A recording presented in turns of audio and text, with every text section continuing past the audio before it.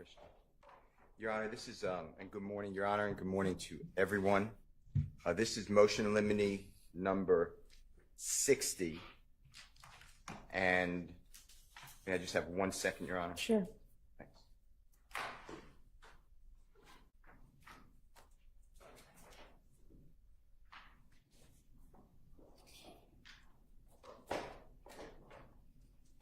And the import of this, Your Honor, is that the state is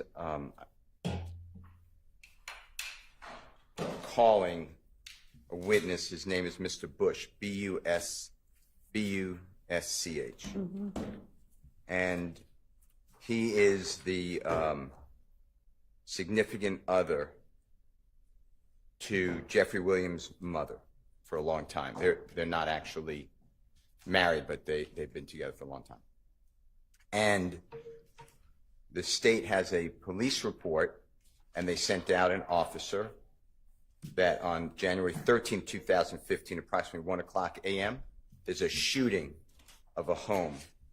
That responding officer,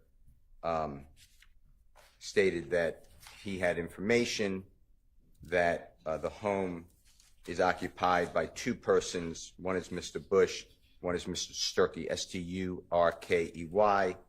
and there was a bullet hole to the front door of the home, and also 2 vehicles had broken glass based upon what is believed to be projectiles going through the windows of the items of the cars. So what I believe the state is intending to do with Mr. Bush is to relate that he lived there. He doesn't live there, but he'd been there. One of his cars was there. Jeffrey Williams' mother doesn't live there. And they are relating it back to 2 days before, 2+ days before the shooting of Donovan Thomas, and it's, quote, retaliation. The problem I have with this is I don't believe that the nexus has been laid. The state does not allege, I don't believe, who did the drive-by shooting. They are just saying that it was done in retaliation of the killing, and therefore it was targeted to Mr. Bush, who doesn't live there but has ties to that home, and therefore somehow this proves that Jeffrey Williams was involved in the shooting. Is Mr. Bush the owner of the home? No. That part's wrong too. He is not the owner of the home, but he had lived there previously. He had moved out.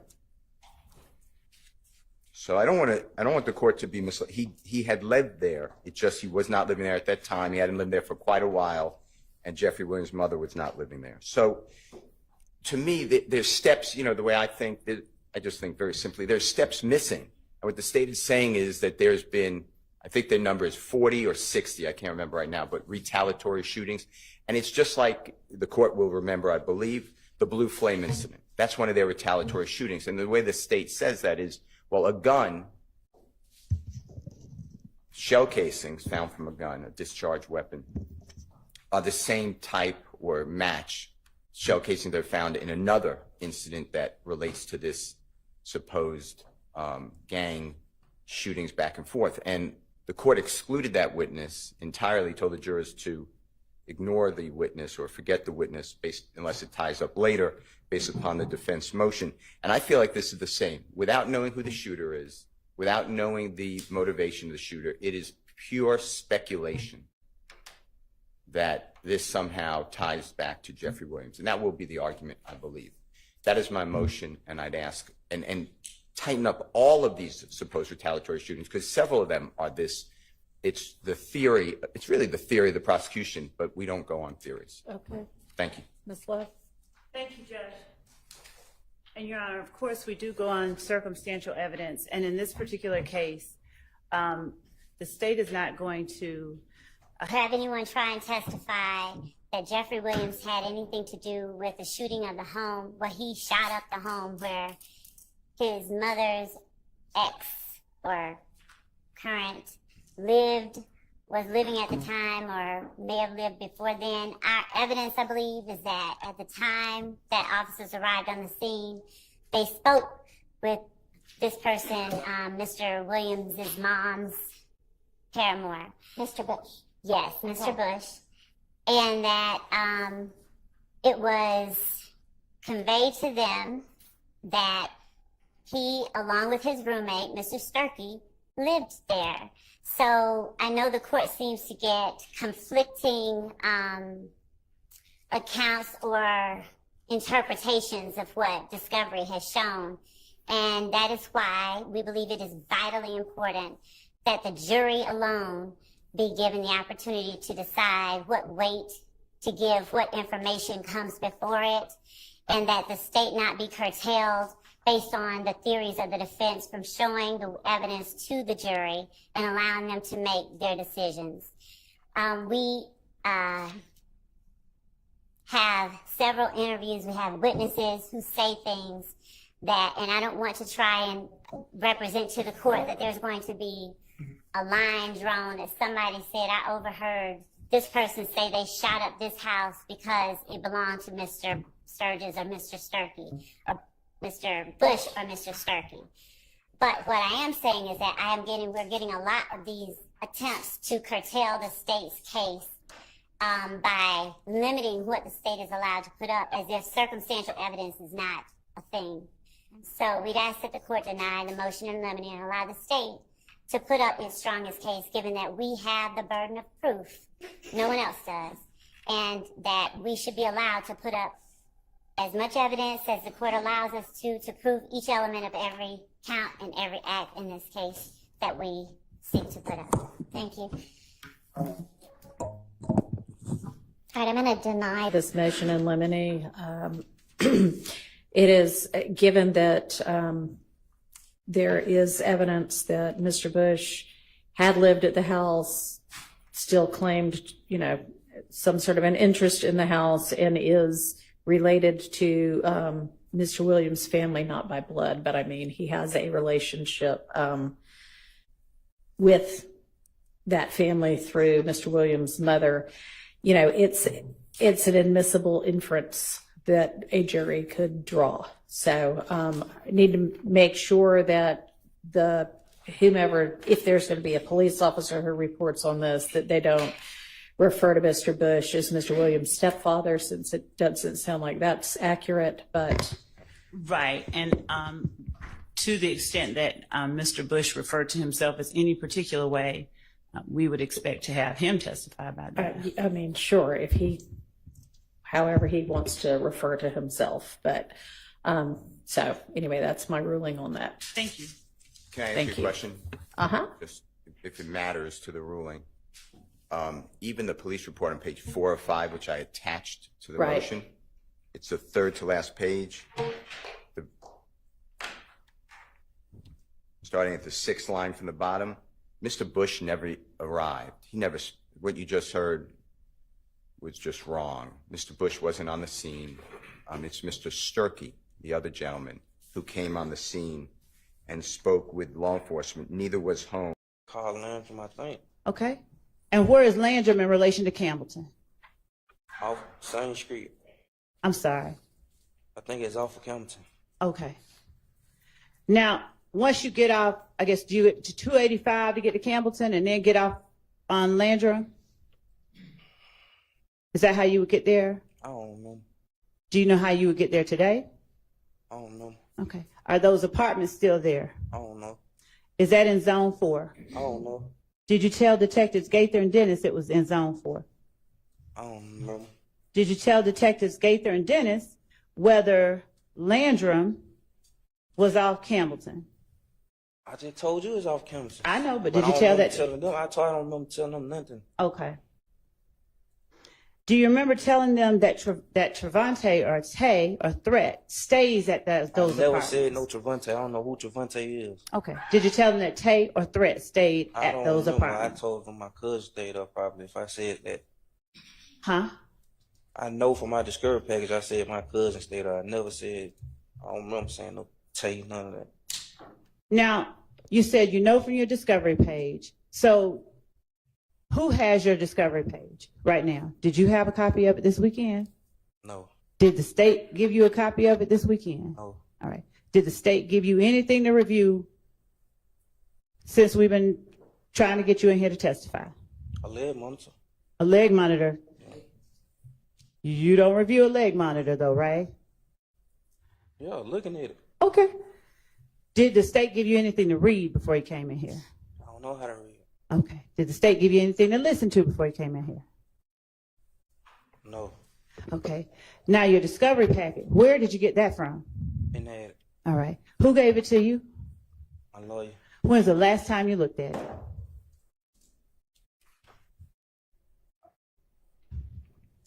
I ain't really looked at it. I probably had somebody read it to me before. When was the last time you had it in your hand and somebody or you or somebody figured out what was in it?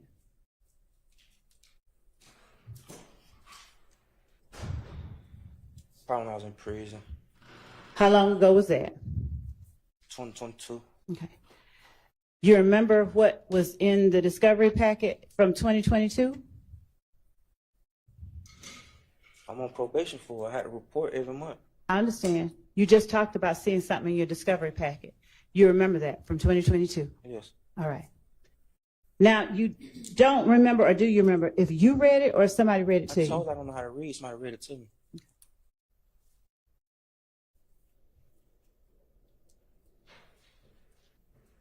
Is Alexis Bryant your blood cousin? Yes.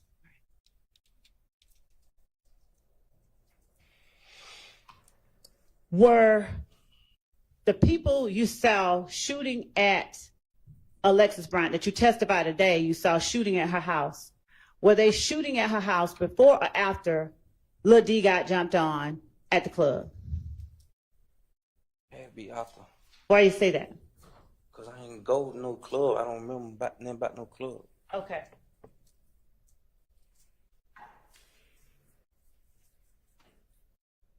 And do you know whether the people shooting at Landrum shot at Landrum before or after all the other shootings happened? I think it's before. Okay.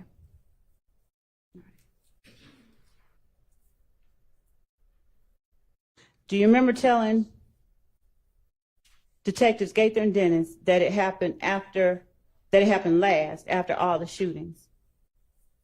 I know. I don't remember saying anything like that. Okay. Do you remember saying anything like anything? No.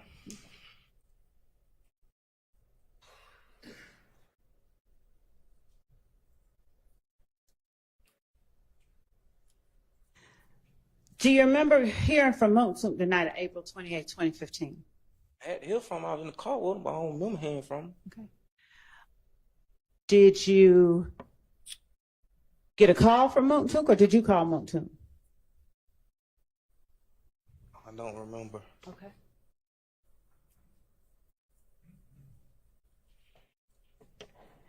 Do you remember when it was that you talked to Montsook, like in the early morning hours? I don't remember.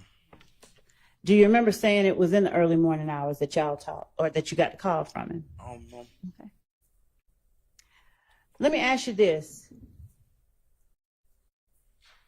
Did you discuss the fact that Montsook was cussing out LIL-D?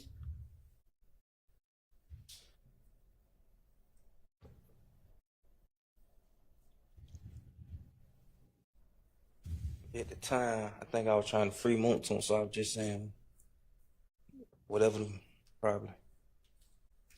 Please look at the jury and tell them what you mean by that.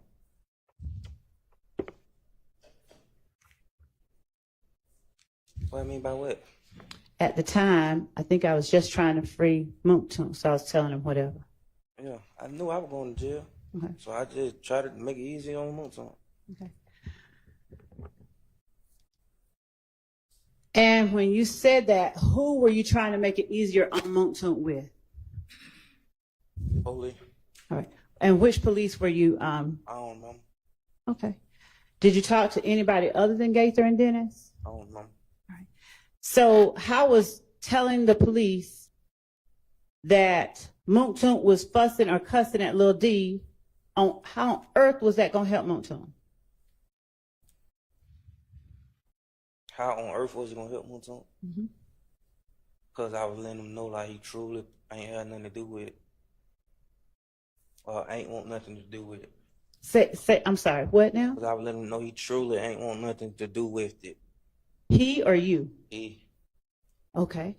Why did you feel it necessary to let the police know that Moontoon truly didn't have anything to do with it? he did. Okay, but why did you find it necessary to tell them that? Cause why would I just?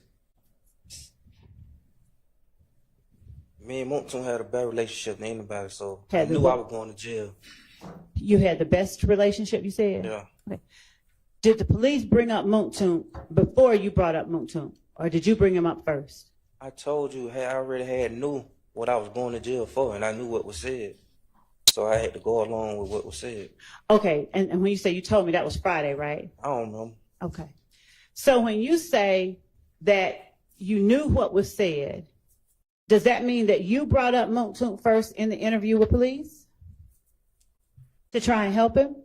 I knew what was said. I told you before that. I told you. I already knew. Okay. So go on. I don't remember that now. Okay. So is that why you brought up Moontoon first? Yes. Oh, okay. Okay, gotcha. Thank you. Now, I get that part, but can you tell the jury why Moontoon cussing out Lil-D helps Moontoon? Him cussing out Lil-D, not that he wasn't there, just him cussing out Lil-D. Objection asked and answered. Judge, I have overruled. You can go ahead. Judge said you could. Because he ain't want nothing to do with it probably. I don't know. You got to ask him. Mr. Zachary, what do you mean when you say he didn't want anything to do with it? Probably you have to ask him. What do you mean? He grown. He ain't. We was young. He was grown. He ain't like that. And by he, are you talking about Mr. Sledge, Moontoon? Yes. Okay. And when you say he's grown, he didn't want to have anything to do with it. What are you talking about? The whole night. It was my. I did everything. I know I did it. I did a lot of stuff myself. Uh-huh. Moontoon ain't did nothing. Okay. And is that the first thing you said to police? Moontoon ain't had nothing to do with this. 9 times out of 10, yeah. Okay.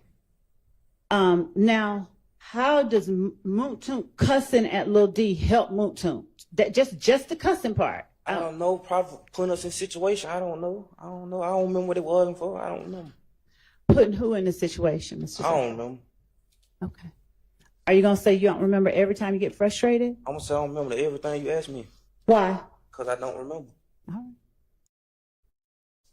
Were there some things though that you do remember, right? I remember what I'm on probation for.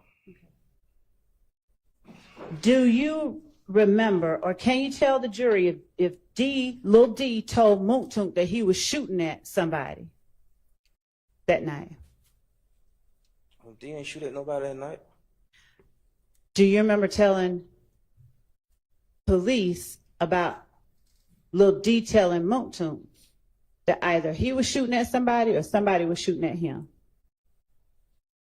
I don't know. Do you remember what Moontoon was cussing at Lil-D about? I just already answered that question. That he didn't want to be involved in it? I don't know. Okay.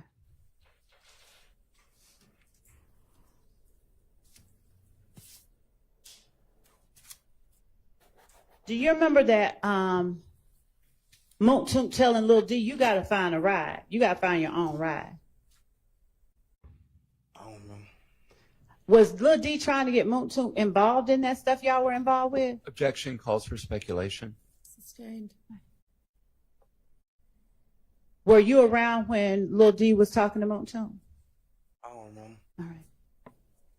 When you talked to Lil-D and got whatever you got from him, did he give you the impression that he was trying to get Moontoon involved in what was going on? I talked to Lil-D. Huh? When did I say I talked to Lil-D? So you never talked to Lil-D about what happened on April 28th? No, he got whatever happened to him. If he called me, I know I'm coming. Why? Why do you know you're coming? Good. I love him. You love LIL-D? Yeah.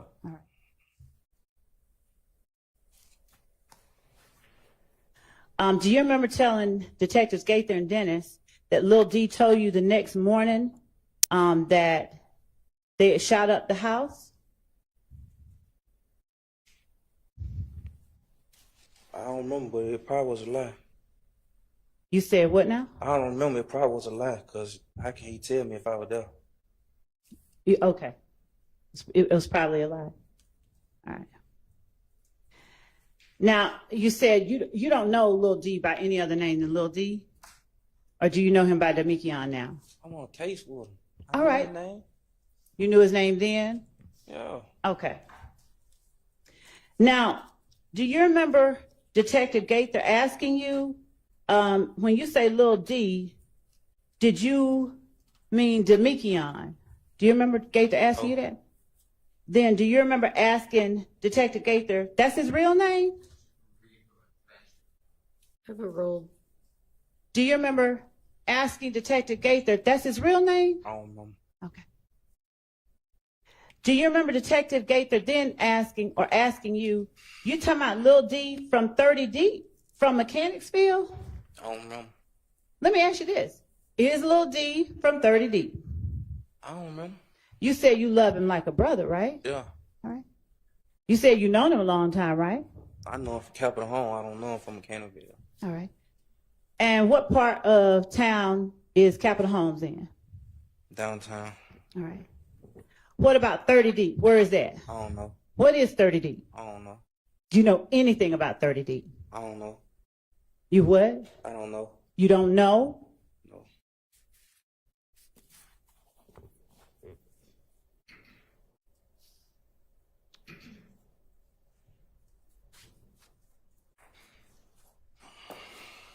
Did Damikion tell you who has shot at the houses?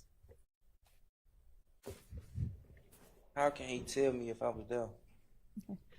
Did you tell police initially that Damikion told you who had shot at the houses? I don't remember.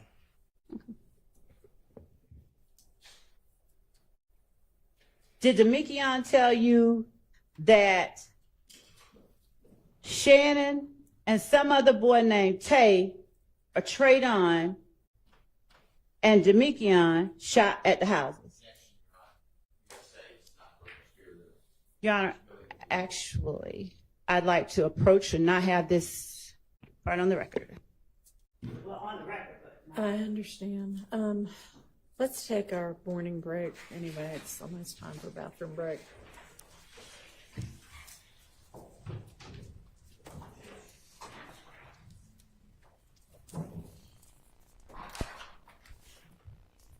She talking about not have this part on the record.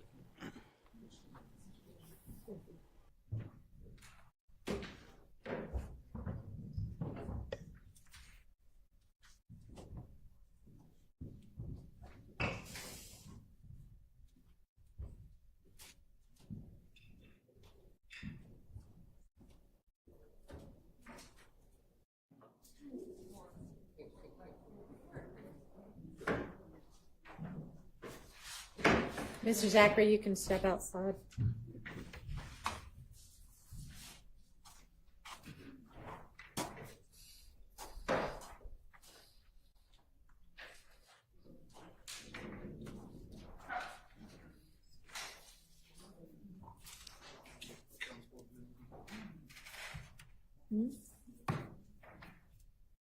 Yeah.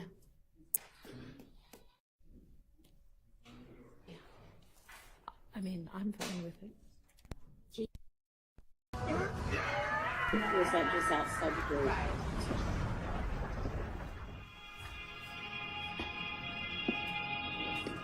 okay. Your Honor, I think the objection from counsel for defendant Williams was spilling the beans hearsay, something like that, and not co-conspirator. And the question that I had asked before that objection was made was, did LIL-D tell you that they had shot at the houses? And did LIL-D tell you that Shannon and some other boy named Traydon shot at the houses. Now, this is not hearsay or spilling the beans for two reasons. One, because he later, when confronted with knowledge police had, told the truth. But first, he lied and said Lil-D told him X, Y, and Z. So we're not offering this to prove that Lil-D told him that. Our belief is that Lil-D didn't tell him that. But we do need to show, when he's sitting here telling the jury on Friday that he and Lil-D came up with a play, and that play involved implicating Moontunk, and that Lil-D told him that Lil-D had told the police on him, Quindarius, and Moontunk, and that he wanted to get back at Lil-D for implicating Moontunk. So therefore he said Shannon. All of what really happened is very important. So when he starts out talking about the fact that Summer told me this, Lil-D told me that, he's trying to keep himself out of it versus what he said on Friday, which was, I went down there to give them the story that I had essentially concocted with Lil-D. All of what he told them when he first went in is therefore very important for the jury to see that was a lie. What he told the police, what he told them on Friday was a lie. What he told the police was a lie, and how the police were able to actually get to the truth. Now, if he had come in here talking and, responding, at least responding, as opposed to doing what it seems everyone has decided to take on and do, and come back after a certain time and not remember anything, then we would have been a lot further along. If he had come in here and kept with the same, whatever it was he was trying to say on Friday. But right now we're at a point where he's now saying, he's partly saying, I was there. That's fine. He wants to only talk about himself. That's consistent with a lot of things that we've seen in this trial. And he's trying to avoid talking about anybody else.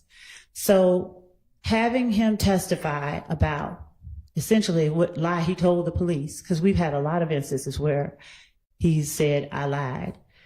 And then showing what he later told police when confronted with facts that the police did have, it allows us to do exactly what the rules of evidence are designed for, which is to put all of the facts in front of the jury and allow them to draw inferences from those facts. This is not hearsay offered for the truth of that matter asserted. It is statements that he gave to the police to cover up his involvement. It is an inconsistent statement with what he said on Friday. So that prior inconsistent statement, I believe, gets us past a hearsay objection. We're not offering For the truth of what Demikian did or didn't say.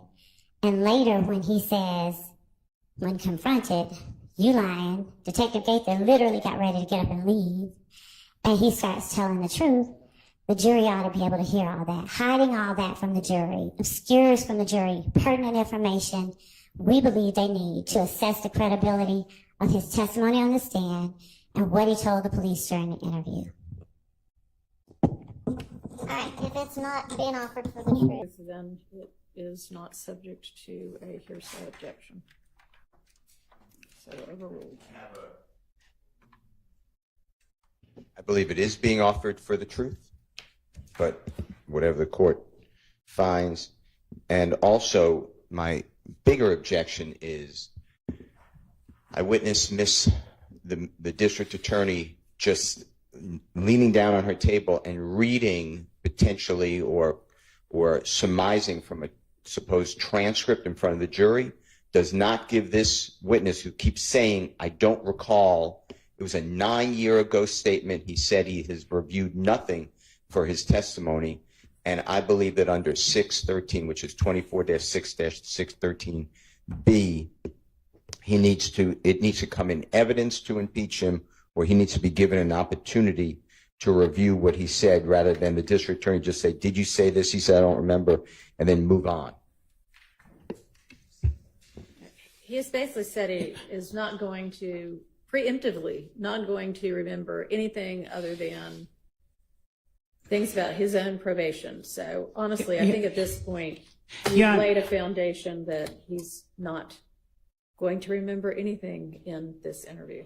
Your Honor, I understand what the court surmises so far, but Your Honor, I also know that there are particular parts of this interview that this witness has said certain things because of that. If we were to, as in the past, if we attempted to just based on those statements, because the court sees he's remembering some things and he's not remembering others. And I think it's very important for the jury to see his selective memory. So if we were to simply say, okay, we're just going to play the statement now, we don't believe that, and I understand that the court wishes to, further things along, but if we don't allow the jury to see what his selective memory entails, that we are hiding things from the jury that are very relevant to their making a decision about what they should believe and what they should not believe. We have had circumstances, I'm not saying this is going to happen today, but we've had circumstances where we have done exactly that. There's been, their assertion that he said he doesn't remember. Then we go and try and play the whole thing. And then there's the assertion she didn't confront him with that.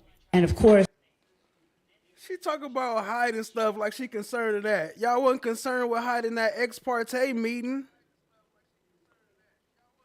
613, there's nothing that requires us to show him anything. But another thing is he didn't want to meet with us or talk to us. So Yeah, he doesn't have to be presented with the actual transcript.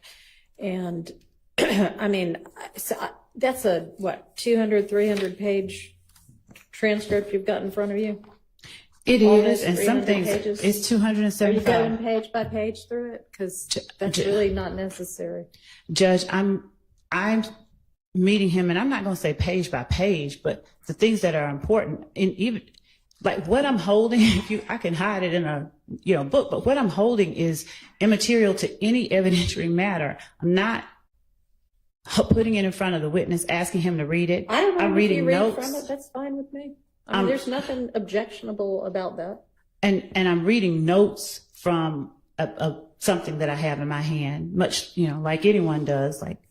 And so I believe that we should be allowed to ask this witness all the necessary probing questions. I don't believe that the defense is the only one we have the burden of proof. I understand that. You don't need to keep saying that.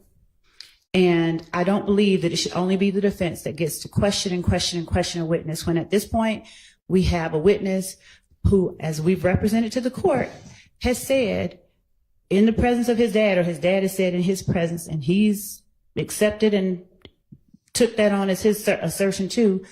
We don't have to testify. I'm going to call Max Sharp and Brian Steele. That's what he said.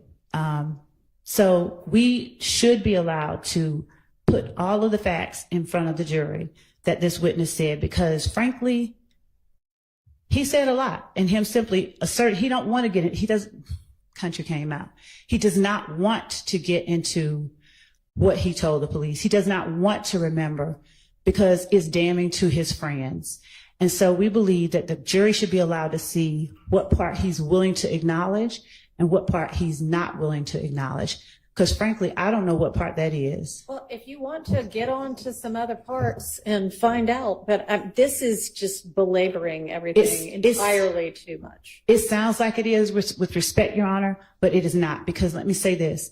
Every one of these retaliatory shootings, they involve the things that I'm asking him about. I'm not asking him about immaterial, irrelevant stuff. And I get that the court is a little bit, maybe tired of the state asking questions. And I hate that. But the state can't truncate its duty because the defense doesn't want us to present everything to the jury. And this witness can't no one can hijack the state's case by pretending not to remember and then selectively remembering certain things that he thinks is going to help the defense. That's not fair to the state, to the victims, or to this side, period. And I believe that in the adversarial spirit that our rules of evidence are designed around, and given the spirit of admissibility that is enshrined in our rules of evidence, and given the reason that I'm doing it, and I'm not trying to belabor anything, this is important and detailed information. I'm not saying, did you say the or a or and?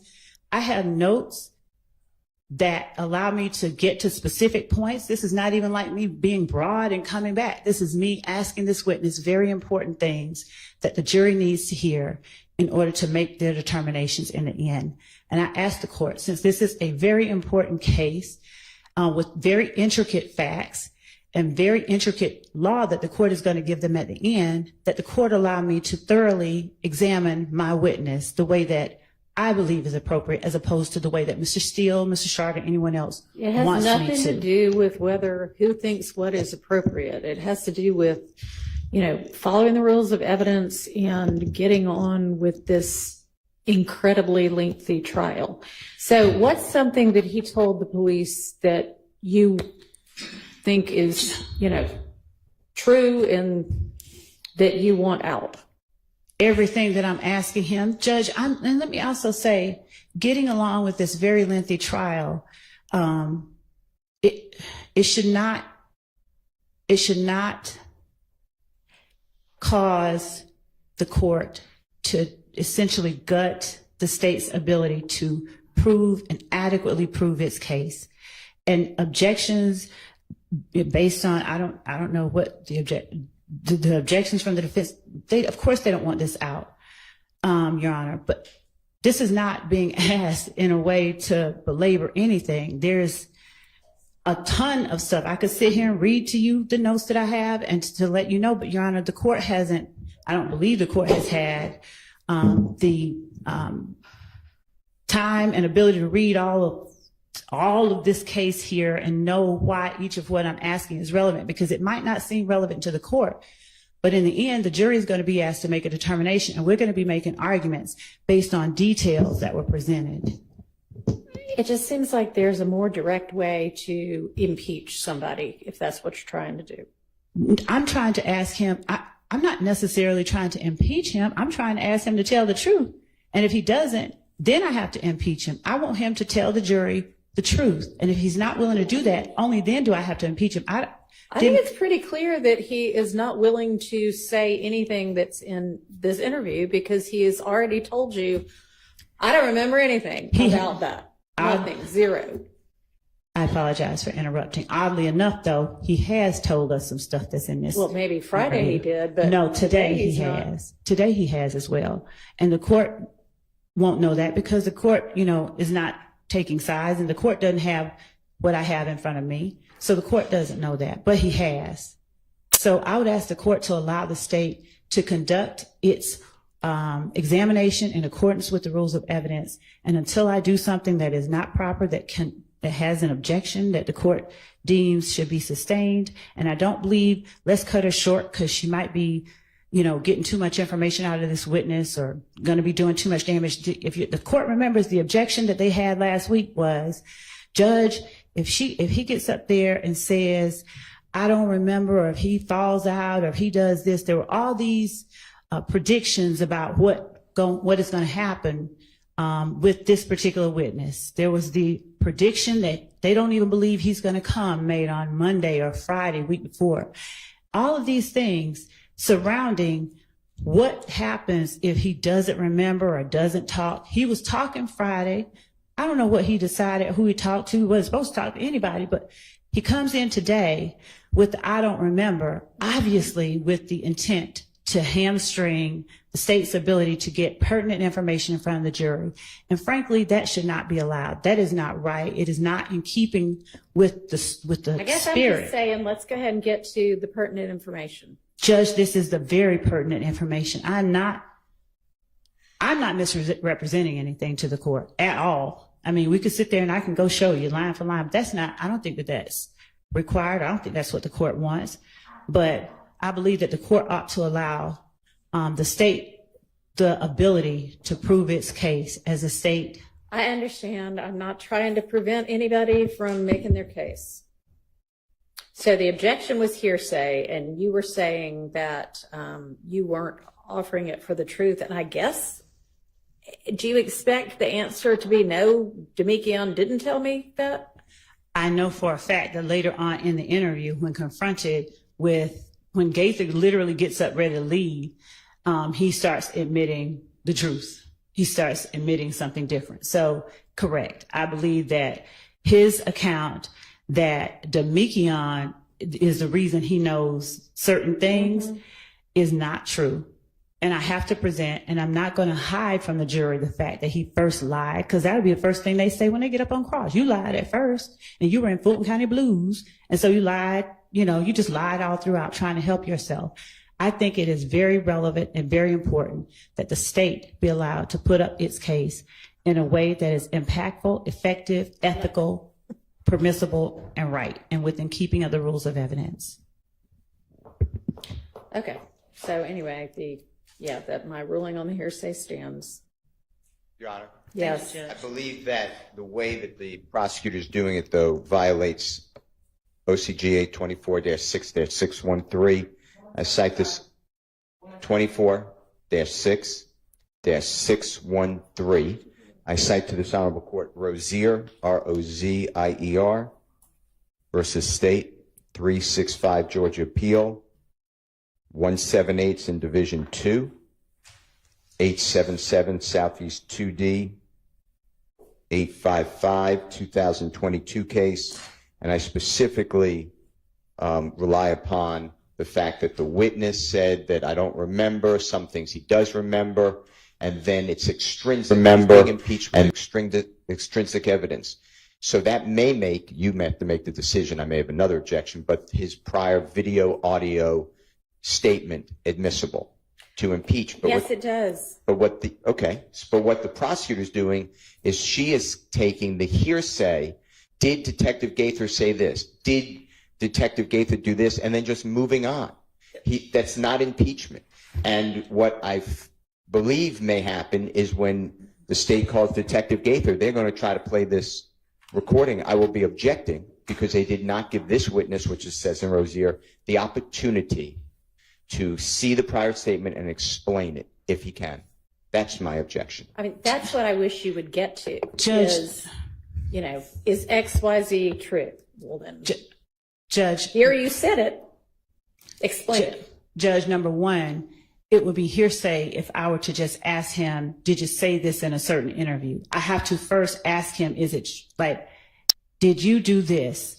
And then if he says yes or no, well, then I have to confront him, bring to mind the time. Why aren't we getting to the facts, though? Why? It's not really that it matters, did you say this? If we know he said it, just ask him, is it true? And then impeach him with his statement. Because whether or not it's true is entirely different from what, okay, I'll back it up.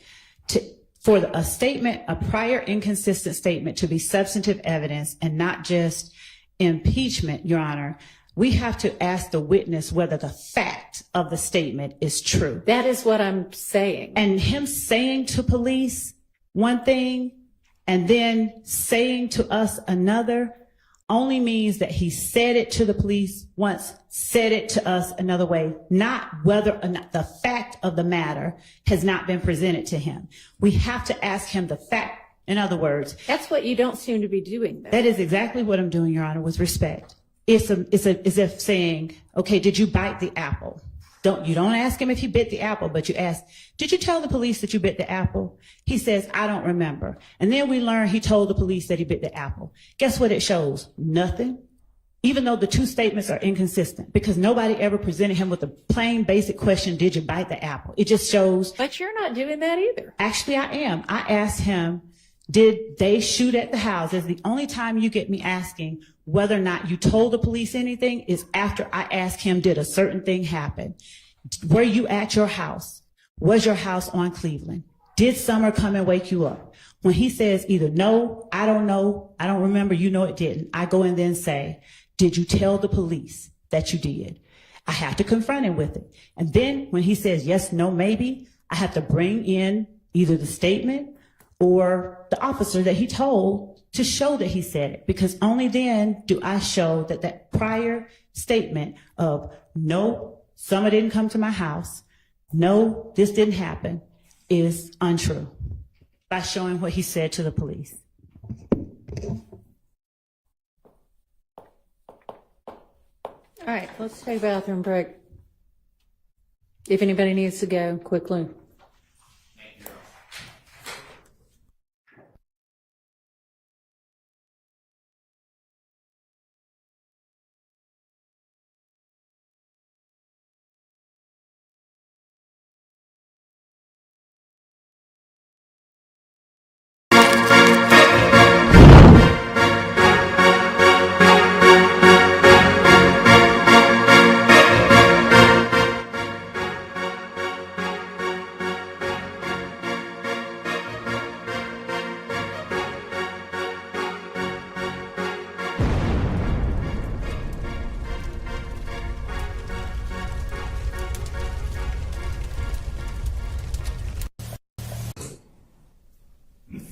Objection. Yes, Your Honor. Basis. The hearsay not inconsistent. I sustain the objection. Investigator Gaither, Yes, sir. on December 28, 2023, did you write, "Good morning, Mr. Steele. I have decided not answer any questions at this time. Hopefully you are able to find answers to any questions you may have in my corresponding police reports." Is that what you said? Is that what you emailed? That is what I emailed after Mr. Steele was given an opportunity to call me and meet with me, and he did not meet that time. So therefore, I was not going to keep rearranging my schedule because he did not meet that time. Hopefully you are able to find answers to any questions you may have in my corresponding police reports. Investigator Gaither, where are your police reports? Objection, Your Honor. Asked and answered. I sustain the objection. I have no further questions. Thank you. Basically, y'all keep asking.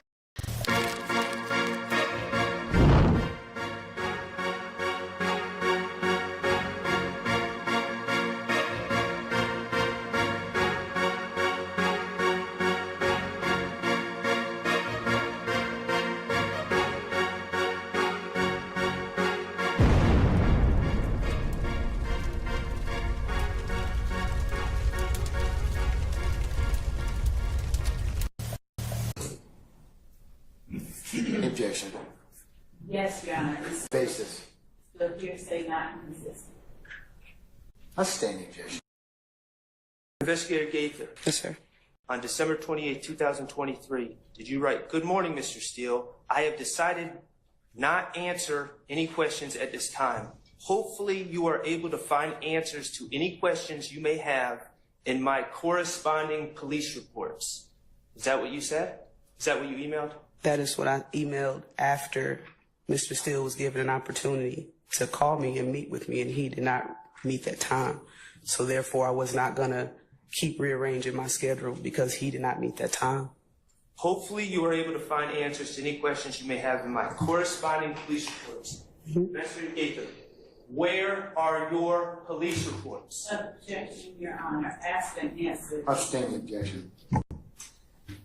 I have no further questions. Thank you. Basically, y'all keep asking me, do I recall this and recall that, remember this from 2013? I don't remember that from 2013. I keep telling y'all that. That has been my statement since I got here. Your Honor, I've been telling y'all, people constantly hit me with this, keep constantly asking me this and that and third about what's going on in 2013 or whatever. I don't remember. I don't know nothing about 2013.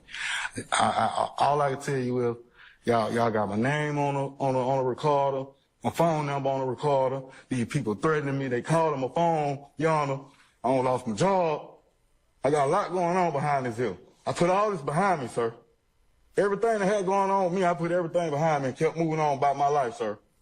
Your Honor, I can't continue to keep going on like this. I don't remember nothing for 2013, sir. Mr. Bean, you have to answer the questions, okay? I constantly keep telling them and constantly keep telling y'all I don't remember nothing from 2013. I'm going to ask you because I have to lay a foundation. Do you remember telling Detective Quinn on September 17, 2013, on recording, that you add a little more hype when you speak with your wife and them from the from the jail, that you lied to them. I remember y'all trying to assassinate me right now in 2024. That's what I remember. That's what I remember. All this going on right here on this, got me up on this stand, talking about this and that third, all this extra stuff that's going on. Your Honor, am I on trial, Your Honor? Sir, you just have to answer the questions, unfortunately, at this point in time, okay? That's all I can tell you. Am I on trial? No, sir, you're not on trial. But you have been properly summoned here as a witness, and you're subject to examination until I release you. I never consent to do none of this, sir. I ain't signed nothing. My name ain't on nothing.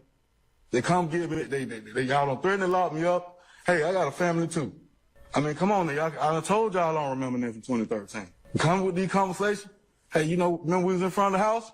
Conversation we had in front of the house before we went to the Kroger? Keep it 100, man. With yourself. I can't hear you, Mr. Bean. Can you take your mask off if you wouldn't mind? Keep it 100 with yourself, not me. We had a conversation in front of the house. Yeah.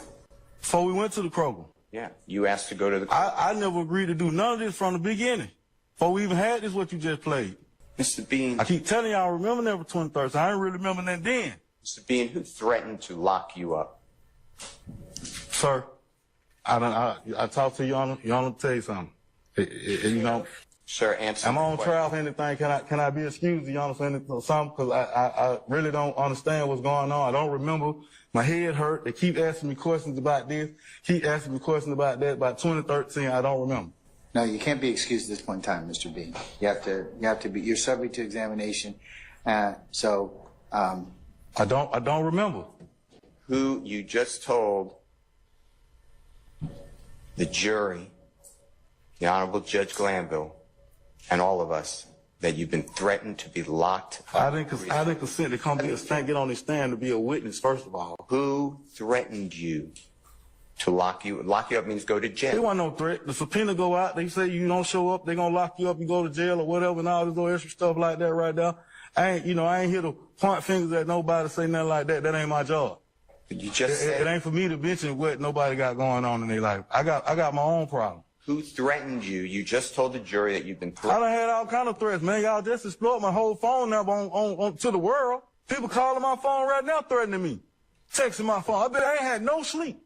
I've been up all night since yesterday, 7 o'clock, from 7 o'clock yesterday to 6 o'clock this morning. Still getting calls. Still getting texts.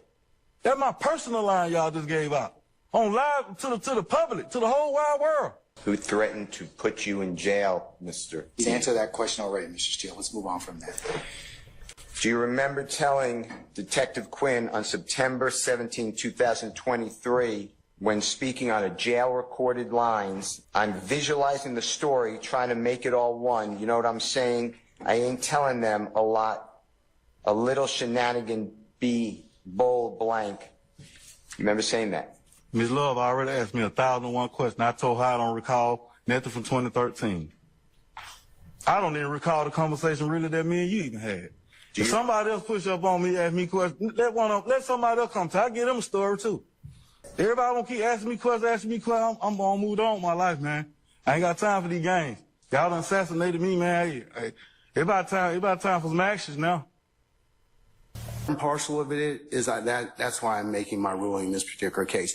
Remember, bias. I've got to do something extrajudicial, and in your particular, like I would have to say something about you or your clients or anything like that, which I would never do because I'm a steward of this particular process. So I understand what your objection is. Or what your statement is in terms of your motion to recuse, I'm going to deny it. And I believe, Your Honor, that under Rule 25.3, that you have to cease acting right now. No, I don't. And that you can, if I can just finish, and then I promise, if I can just finish this. I believe you have to cease acting. I believe that under 25.3, you have to look at the timeliness of the motion, and you have to look at the sufficiency of the affidavit. I do not believe that you are permitted to just simply deny without taking those steps. Is that it? Yes, it is, Your Honor. Okay. All right. So noted. Are you denying at this point? I'm still denying your motion, okay? Would you grant a certificate of immediate review? No, sir. No, sir. To grant that certificate, you were always talking about how the appellate court No, because if I grant the certificate, it stops the case. Okay? I don't agree. And I'm not going to do that. I don't believe it stops the case. I'm not going to do that. And if you can appeal it at the end of the case. If I'm wrong, I'm wrong. Hey, I'll live by it. But are you interested in removing the cloud that's hanging over the case right now, Your Honor? If you Sir, I'd be real careful about what you're pleading at this point in time, what you're stating to the court. I just, as a matter of professional responsibility, remember, we haven't nugged out all of the issues involved in that affidavit. And I would be very careful if I were you, because you have some professional responsibility obligations individually and to this court.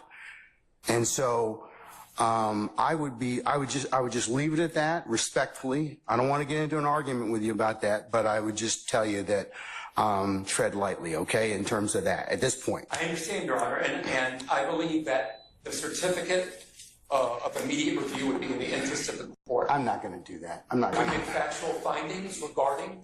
I am not at this point in time going to, I've denied the motion, okay? I believe that's an error, Your Honor. All right. Okay. Thank you, sir. Thank you. All right. Last minute. I'm not waiting to the last minute, Your Honor. I am not anticipating. We're about to discuss a slideshow. Focus. We ain't got to that yet. All right. Focus. I'm focusing. Oh, bitch. What do you mean? I'm gonna ask you some real simple.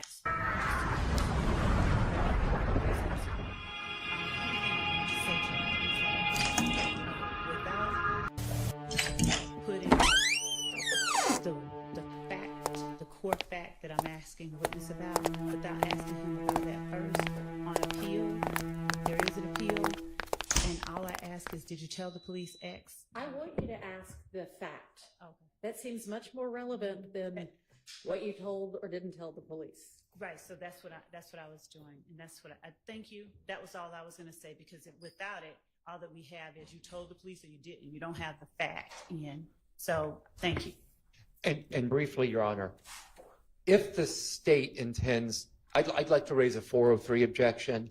If the state intends to go line by line, or pretty much line by line, that would be through a 300-page transcript. Yeah. Well, then I'm not going to argue anymore if it's going to be sustained. Thank you. And Your Honor, the 403 objection, I assume, would be made as to a specific question, not the whole. No, the fact that you seem to be going line by line through this transcript. Your Honor, I'm practically line by line through this transcript. Your Honor, again, as I've said, I have to confront him with certain You facts. don't at this point, because he has said, I do not remember a single thing about that interview, and I'm not going to remember a single thing about that interview. But the facts that he alleged in the interview have not been put upon him, and the record will only reflect that he said the things in the interview. The record will not reflect it as a substantive proof of some fact I've asked about in the case. The only substantive proof that showing that he said it in the interview will reflect is that he lied about whether or not he said it in the interview. It won't show that he lied about the fact itself. If I say, he says, I don't remember what was said in the interview, and then we show he said it in the interview, all that has been proven is that he said it in the interview, not that the substantive underlying core was put upon him and he lied about that. You do not have to put upon him every sentence that he said if he has established sufficiently, which he has for me, that he does not remember.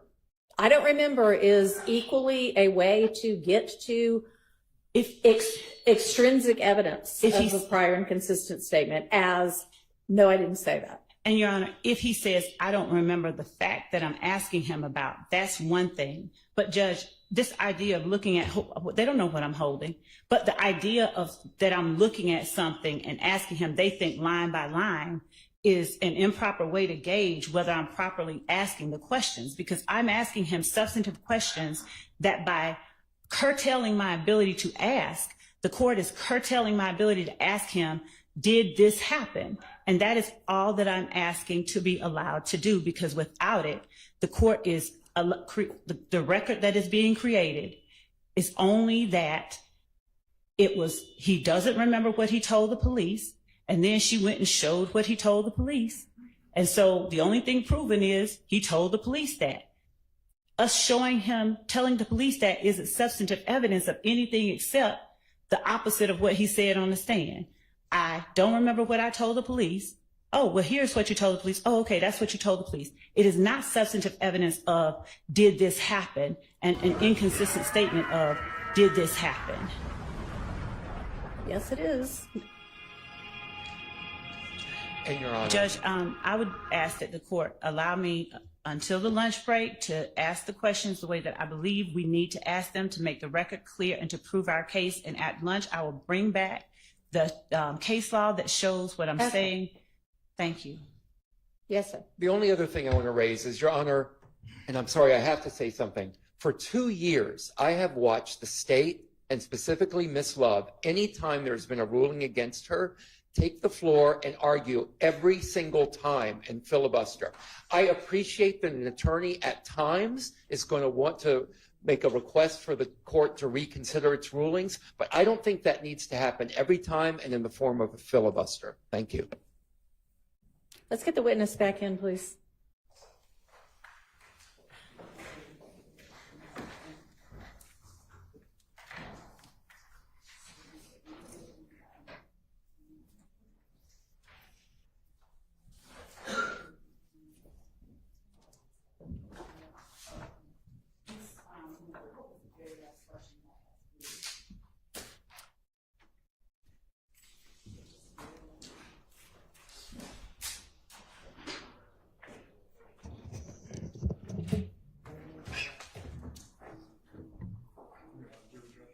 I don't know.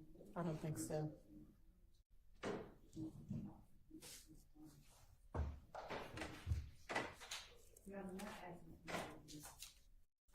Yeah, you already did.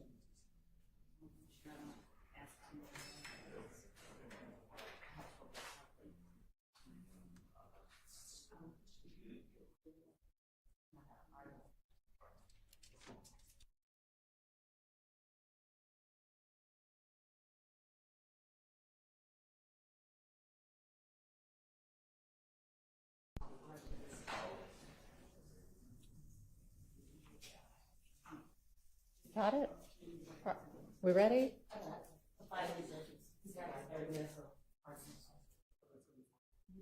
So no?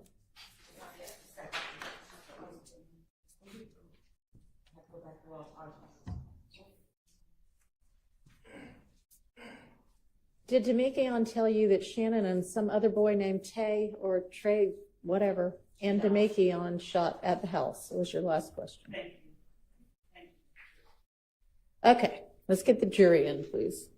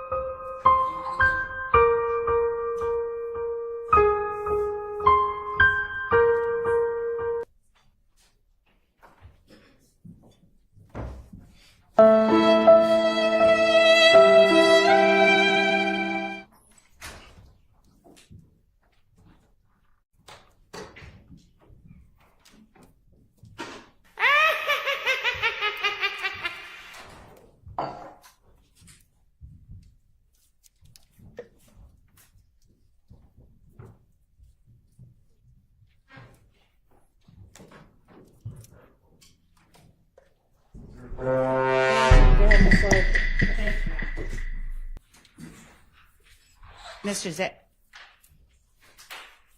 Mr. Zachary, did Demikion tell you that he, Shannon, and Tay or Traydon shot at the houses?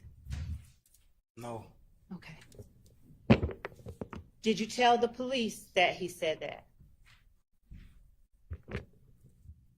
On August 5th, 2015, did you tell the police that he said that? Oh, no. Okay.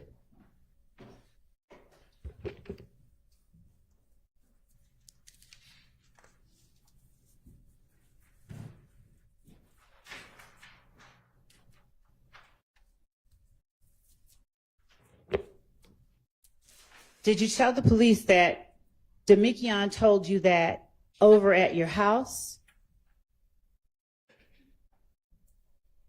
Did you tell the police that Demikion told you that over at their house? And did you tell the police that If Gang shot at Landrum where Tay stays? I told you already. I don't remember.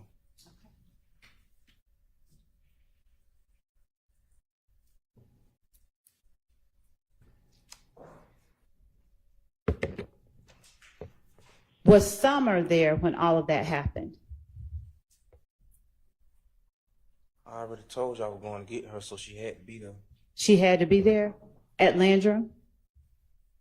Yes. Okay.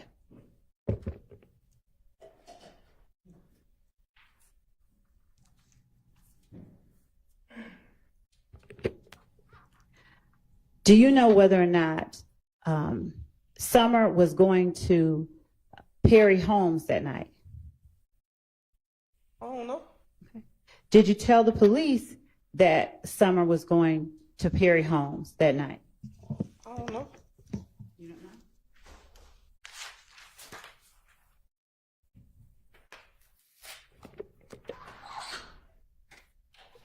Did Demikion, Tay, Shannon, and Traydon shoot up Perry Homes that night? No, I did. Okay. Did you tell the police when you first went in that Demikion, Tay, Shannon, and Traydon shot up Perry Homes that night? I told you I was trying to take everything off of Moonton, so I was just lying. All right. And did you tell the police that Demikion gave you only the names himself, Tay, Shannon, and Traydon, and he didn't really say anything about Moonton?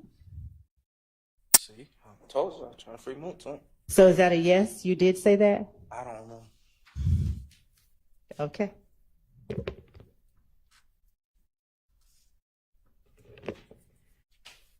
Did you tell the police that they were trying to figure out where Moonton was? I don't know. Did you tell the police because that inn ain't got no car? I don't know. Okay. Did you tell the police how close you and Moonton were? I don't know. Did you tell the police that you had been knowing Moonton all your life? Objection 403. Sustained.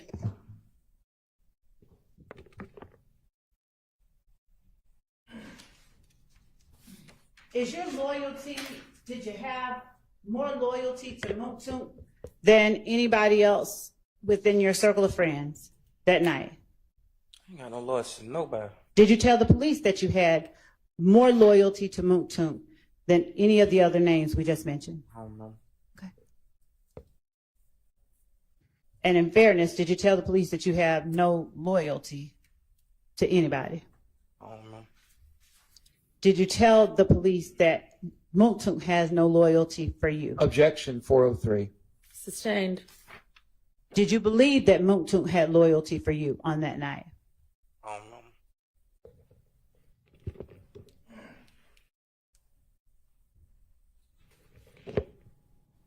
Do you remember the last time that you had talked to Moonton before you went in to speak with police on August 5th, 2015? I don't know. Did you tell the police that you had not talked to him lately? Objection 403. Your Honor, Yes. given what has already been said and what we believe will come out, we believe that it is not in any way a waste of time to show the jury certain things that this witness said about Moonton and the last time that he talked to him. And in order for us to allow them to be able to consider certain things substantive evidence, they have to hear what he said, and I have to confront him with it. This is not even what we talked about on the break, but sustained. Your Honor, may I ask what it is that I should not do in terms of... If you want to come up here to the bench, you can. Okay.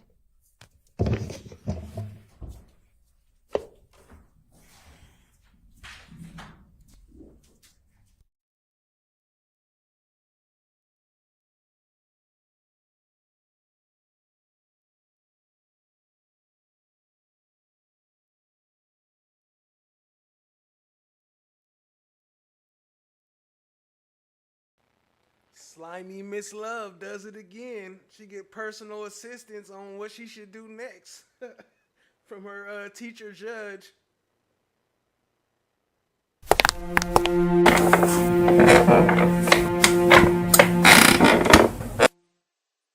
Now listen here, little bitch.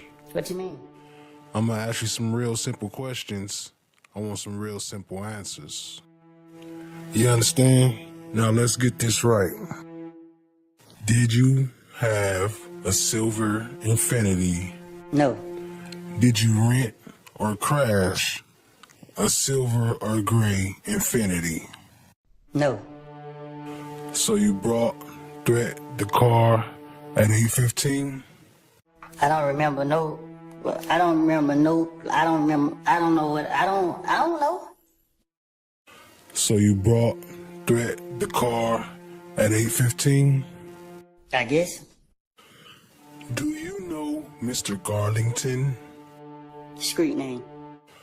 Do you know Little D? For sure. How do you know Little D? I didn't birth him. You said you damn near birthed him? I almost birthed him. So you was like a mama to him? Yeah. That mean he my son. Why you so jumpy? Bullets hit my car. Did you tell Detective Alligator you had the car? I told you. I don't recall nothing I said to no police. You keep sitting right here asking me the same question over and over and over and over and over. I'm tired of it. I'm drained. Did you tell Detective Alligator you had the car? Threat was mad. He just like, you fucking keep scaring my language. He was talking, playing like we somebody to play with. And I was ready. I had them choppers on deck. Did you tell Detective Alligator you had the car?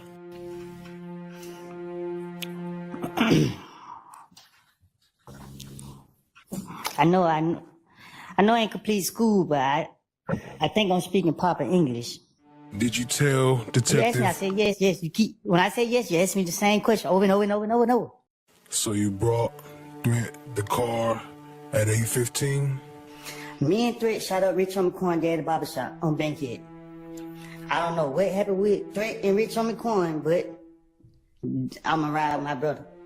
And they was beefing. And yeah, we pulled up and did that. At 8:15? I don't know when. I know we went up there and shot it up. So you and Threat shot up the barbershop? I think I said it loud and clear. Was Threat with you when you and LIL-D crashed the car? What you mean? What happened leading up to you and Threat shooting up the I barbershop? told him they go do it.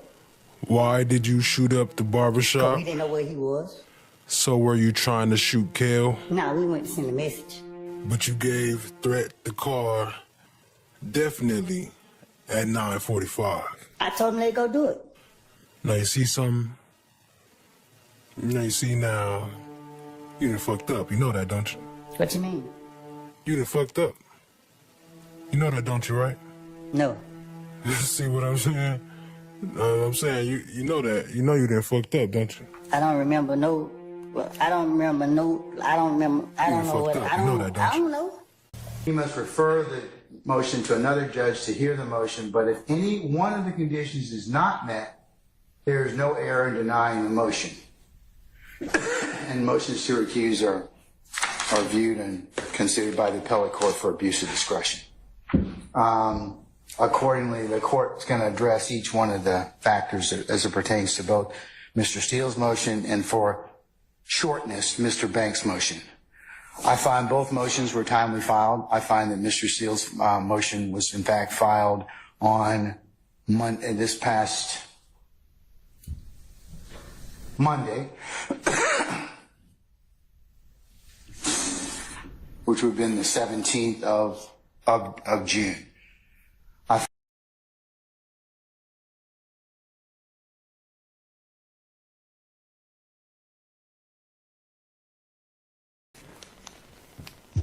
All right, Mr. Copeland, I'm going to remind you that you are still under oath. Go ahead, Ms. Hilton. Thank you, Your Honor. Good morning. Mr. Copeland, do you know a person by the name of Shell Cal? I don't recall. Are you saying you don't recall if you know someone by the name of Shell Cal? Sustained. Do you recall speaking with law enforcement about an individual that you know by the name of Shell Cal? All right, we need the witness back in. I don't recall.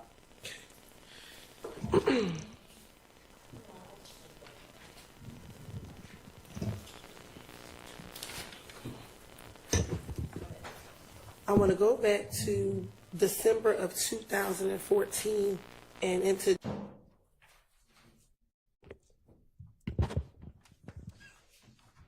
May I continue, Your Honor? Yes. Thank you. Mr. Zachary, while you were locked up for what you say you're on probation now, so that 428 incident, did Moontunk let you know that Demikion had said, I'm sorry, did Demikion tell you that the police had tricked him?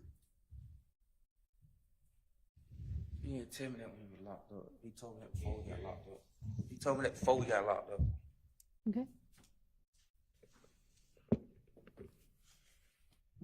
And do you remember which time frame it was? He told me that when we were locked up too. Yeah, he did tell me that when we were locked up. Okay. Was it when you were locked up for this? Yes. Okay. Was Demikion locked up for the same thing? Yes. All right. Now,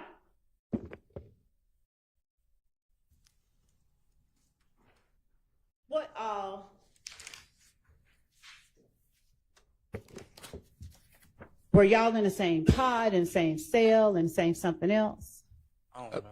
How did you all start talking about this? Objection, relevance. Sustained. Did you ask him what he told the police? I told you he had already been told me. I've been told you that. What do you mean? He had already told me before we got locked up. Okay. Well, when I got locked up for it, he told me again. Okay, so before you went in, Demikion told you what he told the police? Yes, I've been told you that. All right. And was this the time you said that he told you when you picked him up on your bike? On my bike? Yes, is I it? don't remember. Okay.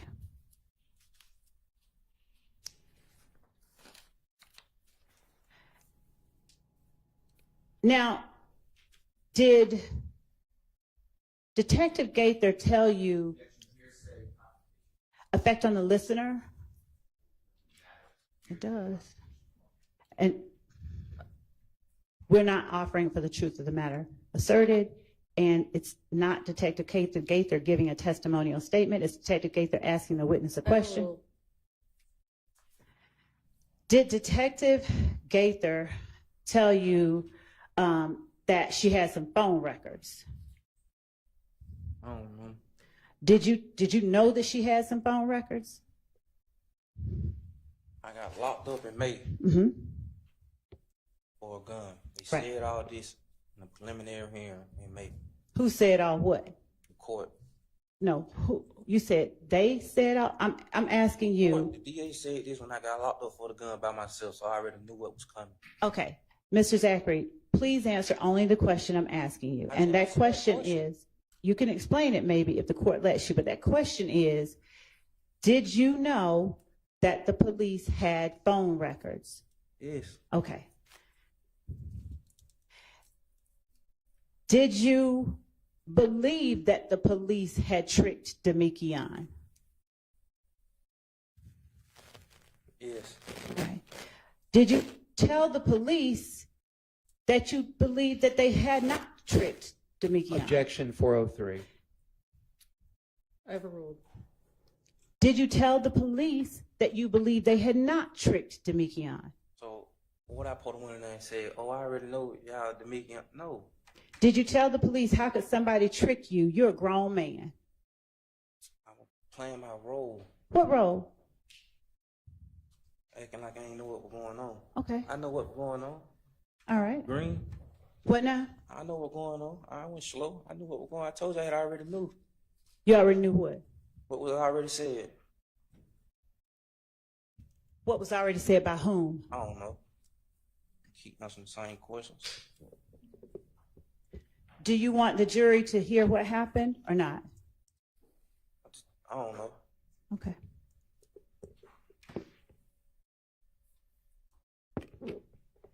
You said you knew that the police had phone records. Did you know that they had your phone records? I just told you they had already told my lawyer when I was in preliminary hearing. I'm asking you whether you knew the police had your phone records. Yes. Okay. Did you tell them that you knew they had your phone records? Sustained. Did you tell the police that the number that they had was not your phone number? Absolutely relevant, Your Honor, because Overruled. Probably did. Okay.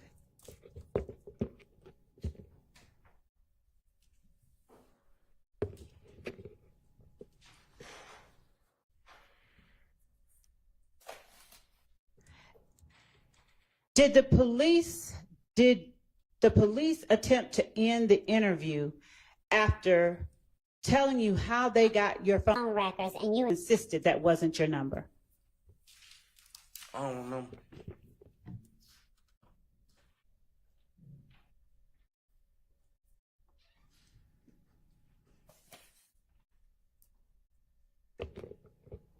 Did you give them Moontunk's number? No. Do you know what Moontunk's number is? No. Did you know what Moontunk's number was at the time? No.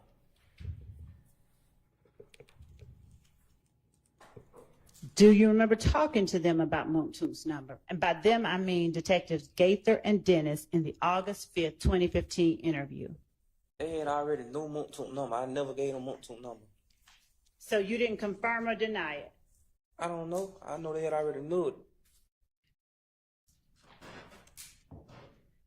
So the number that they had for Moontunk is one that you knew was Moontunk's number? I was in the car when they called his phone. That's not the question. Could you please answer it? It'll get you there faster. The number that they told you they had for I don't remember Moontunk, them telling me about no Moontunk number. did you know that they had Moontunk's number? I don't know. Did I know that they had it? Yeah, I knew they had it. Yes.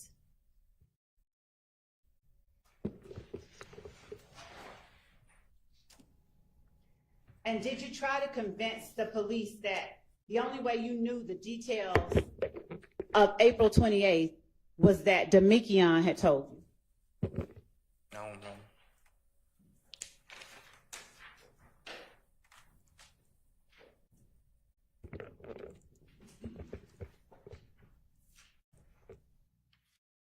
Did Detective Gaither, did you tell her that you were going to go down there and be honest, just be honest about things? I've never been honest a day of my life. Did you tell her that that's what you were going to do? I don't know. Did you have Summer or anybody else tell Detective Gaither you were going to be honest? No. Just you need to come down there and talk to, they needed to come talk to you. No. Did you tell Detective Gaither that you were being honest about how you knew about April 28th? I don't know. Did you promise Detective Gaither you were not there on April 28th? I don't know. Did Detective Gaither get up or get ready to leave when you promised her you weren't there? Objection 403. Sustained. Your Honor, may I ask? No, I mean, I don't know. You may ask a different question.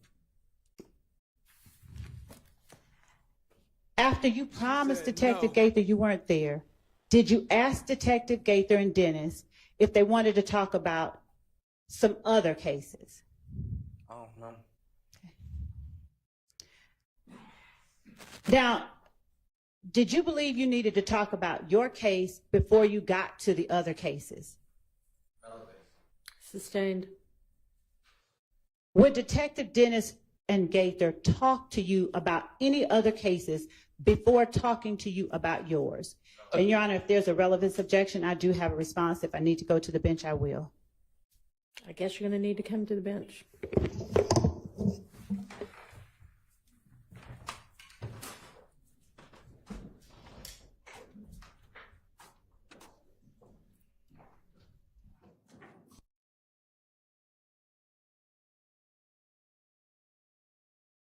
Twelve, 2015, at 2110 Browns Mill Road, in reference to APD case number 15102-2458.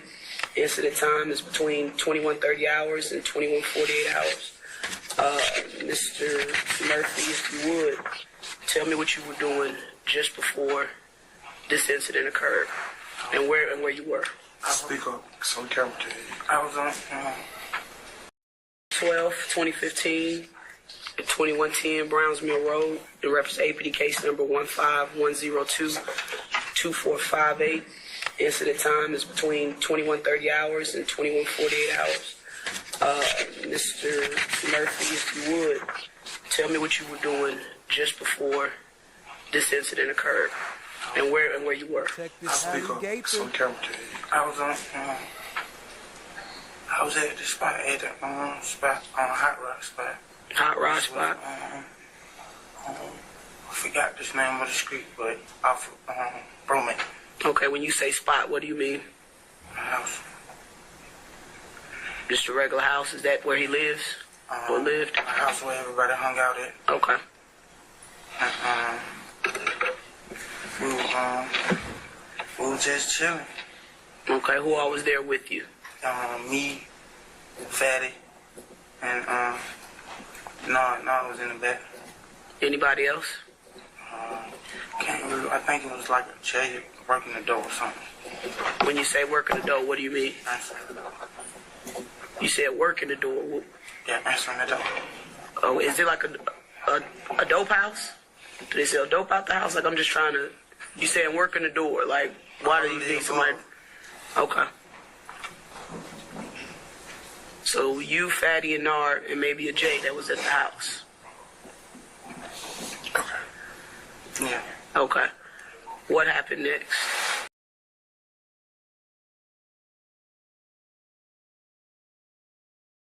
Detective David Quinn. All right, summon Detective Quinn, please. All right, Detective Quinn, good afternoon, sir. Judge. Afternoon. All right, come on up to the witness stand, sir. And before you sit down, if you would be so kind and turn and face us, Deputy Hand be sworn as a witness. Raise your hand. Do you swear in front of the testimony you're about to get a swear to the truth, the whole truth, nothing but the truth, so you I do. You may be seated. Can you state your first and last name with the spelling of both, please? David Quinn, DAVIDQUINN. And good afternoon. How are you employed? I'm retired. What are you retired from? The Atlanta Police Department. And how long have you been retired from the Atlanta Police Department? Fully since 2019. Okay. And when you say fully, what does that mean? So I joined the Atlanta Police Department in 1985 when I was 20 years old, and I stayed until 2019, so I did 33 years and some change. After that, I got into the true crime TV business, which is what I do now. Okay.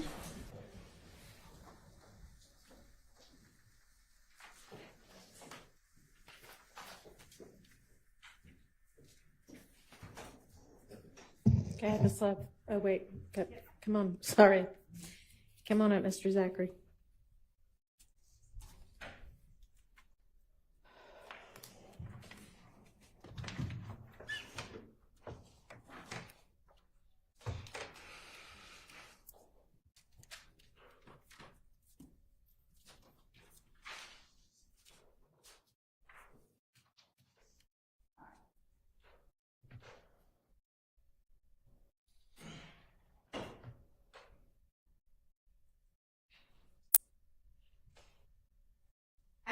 Detective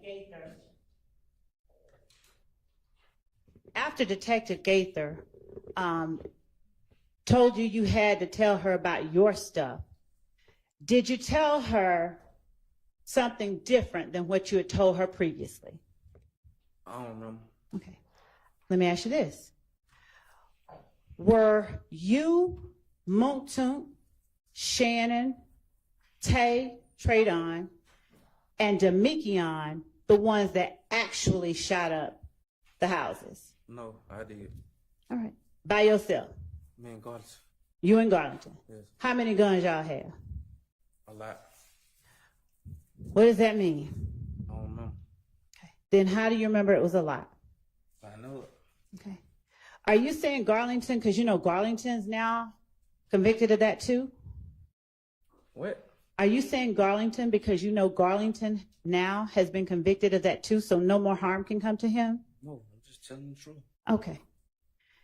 So why can you remember now when you couldn't remember a minute ago anything from 2015? I told you I remember what I was on probation for. I told you that 10 times. Right.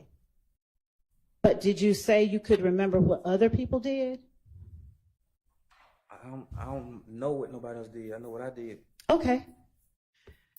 So why did you tell the police that you, Montun, Shannon, Tay, Tradon, and D were the ones that shot up the house? I never told no police that Moulton shot up no house. Okay.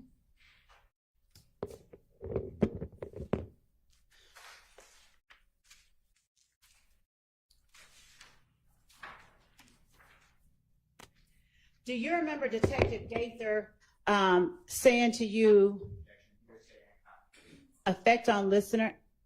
Overruled. Do you remember Detective Gaither telling you that you think you could tell her about a whole bunch of other stuff and get help on your stuff, but you got to be honest about what you're here for, and that's how this works? It doesn't just work like you tell me a whole lot of stuff about other people and we forget about your stuff. You got to be honest with what you got going on. Do you remember her telling you that? I would never look for help for myself. I'm just asking you if you remember her telling you that. No. All right. Do you remember her saying, after something like that being said by Detective Gaither, all right, me, Montun, Shannon, Tay, Tradon, and D. I shot up a house, man, guards. I'm asking you if you remember saying what I just asked. All right. How many cars were there that night? How many people got convicted of it? How many cars were the people who were with you in when you all shot up the houses? 100. Okay. Did you tell Detective Gaither and Dennis that there were 2 cars? That's a lie. Objection 403. Sustained. Judge, how? Overruled. I know what you're going to say. Yes, I overruled. Go ahead. Did you tell Detective Gaither and Dennis that it was 2 cars?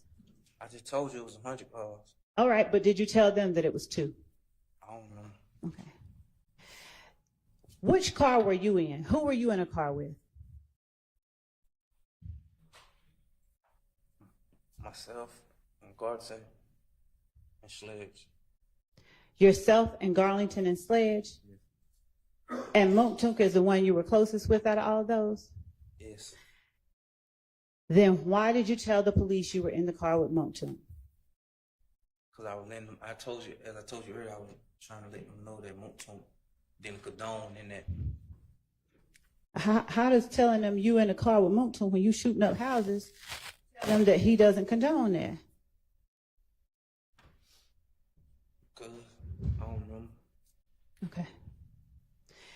Now, what 2 cars did you all use? I don't know. Huh? I don't remember. Do you remember telling the police that you all used an Impala that was gray? I don't know. Now, you said earlier that you, Demikion, and who were in the car together? Sledge. Do you remember telling the police after they asked you who all was in the car with you? Me, Moontunk, Shannon, and D. I never saw Shannon that night. Say that again now? I never saw Shannon that night. Do you see Shannon in the courtroom today? I can't see that far. Do you know whether he's in the courtroom? I don't know. You have no idea? No. Okay.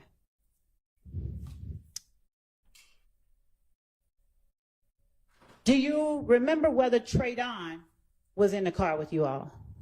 When I'm in the car with me, Sledge, and Goddess, I just told you that. Was Traydon in another Impala with you all?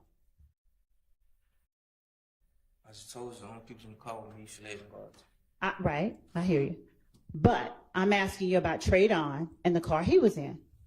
Do you remember whether he was in another Impala? I don't remember no Traydon. Okay. Do you remember telling police that Traydon was in another Impala?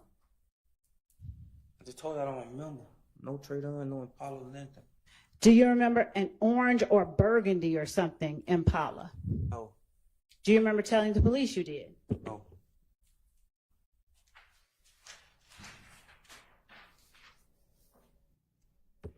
So you don't remember telling them that orange or burgundy Impala? Overruled. You don't remember telling them whether that orange or burgundy Impala was the same year as Moontunk's, probably an 08 or something like that? Listen, Ms.love, I'm ADHD, artistic. I don't remember. I just be talking. I don't remember. Did y'all do y'all research on me before y'all even tried to put me in interrogation room or whatever it is? Okay. You said you're ADHD and autistic? Yes. Okay. Did you tell the police that the orange or burgundy car was the same year as Moontunk car, probably a 08 or something like that? Objection 403. Sustained.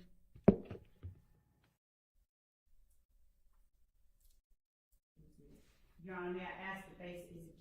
I don't know what 403 basis is, so that I can tailor the next question. It's a waste of time. Your Honor, it's not a waste of time for the jury. Move on to the next question, please. Do you know where Traydon stayed at? I don't know no Traydon. Do you know where Tay stayed? I don't know no Tay. Well, yes, I know Tay, but I don't know who stayed. All right. Did you know where the people were the If gang members y'all were shooting at on Adele stay? I don't know who we was shooting at. Okay.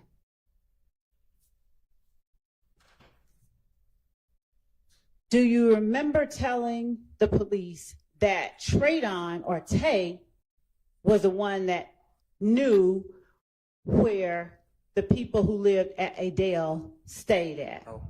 Huh? No. All right. Now, had Tay had beef with the people on Adele before, specifically Philo and D? I don't know. All right.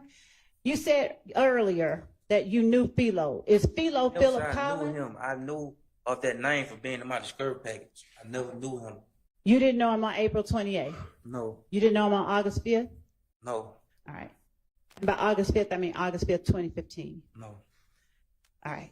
Did you tell the police that Philo was Philip Collins? Hell no, I ain't say no. I don't know his name. I ain't see that name until I got locked up and it was in my discovery package. Did you know a D or Darren Mills who was Philip Collins' little brother? Never saw that name until I saw it in my discovery package. Did you tell the police that D was Philo's little brother? No, I don't know them people. I just told you that. Okay. Were you asked whether those people lived at 1428 Adele Avenue over there by Mosley Park? Objection 403. Judge, how is, if I may, Your Honor, I don't know how else the jury is going to know the witnesses' statements and be able to decide what's true and what's not without not asking specific questions. You're asking about the questions being asked. No, I'm asking, did he know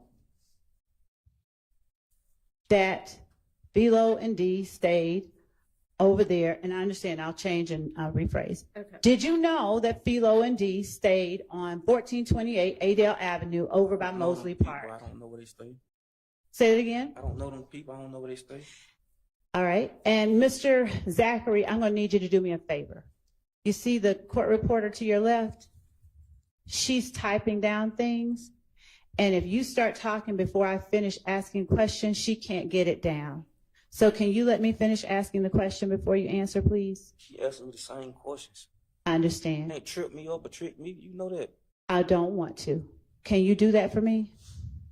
All right. Thank you. All right. So was your answer, you did not know that Philo and D lived on 1428 Yes, Adele I did not Avenue? know. You're doing it again, Mr. Zachary. Can you let me Told you finish? I'm ADHD, autistic. Okay. Mr. Zachary, the jury has to hear this information. Yeah, like I can control this. You can, can't you? No, Okay. Do you know where Mosley Park is? no. Okay. Did you know that D was Philo's little brother? No. How did you get involved in that mix since you weren't at the club? When LIL-D, that is Demekion, got jumped, how did you get involved in that mix?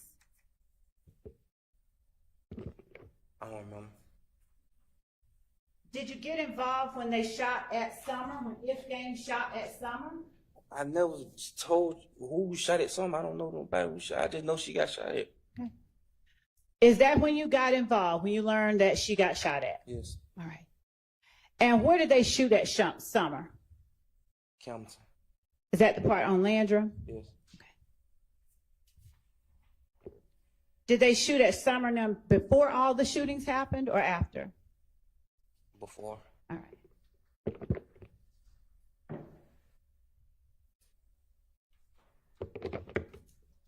Was Summer at Landrum Arms with Alexis and Tay at the time that they shot at them? I don't know. Did you tell police they were? I don't know. Right. Were Summer, Alexis, and Tay in a car together? I don't know. Okay. Were you asked about them being in a car together? I don't remember. Did you clarify for the police that Summer wasn't with Tay, she was with Alexis? I don't know. Did you clarify that Tay hadn't gotten there yet? I don't remember. Okay.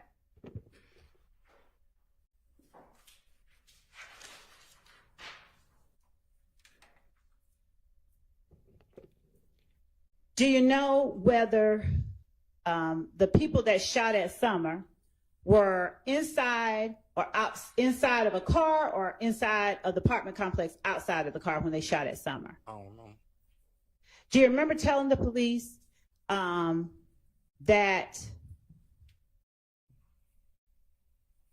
when Summer and them went into the apartment complex, that the people that were shooting at them started shooting from way down in Summer's parking lot? I don't remember. Did you call the police when you learned that they were shooting up Summer's apartment complex on Landrum? I don't know the number to the police. Do you know 911? Mr. Zachary. Mr. Zachary. Huh? Do you know 911? Yes. Okay. Now, did someone else get shot that night?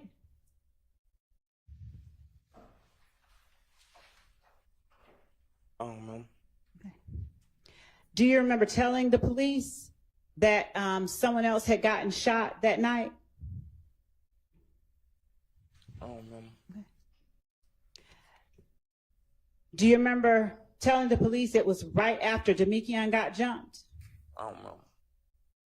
And do you still not remember whether or not the people that shot were the guys from If Gang?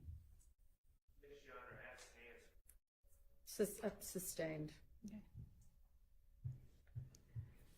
Did you tell the police who it was that shot after Demekion got jumped? I don't remember. Do you remember how you knew who it was that shot after Demekion got jumped? I don't remember. Objection, Your Honor. Did you- Facts, not in evidence.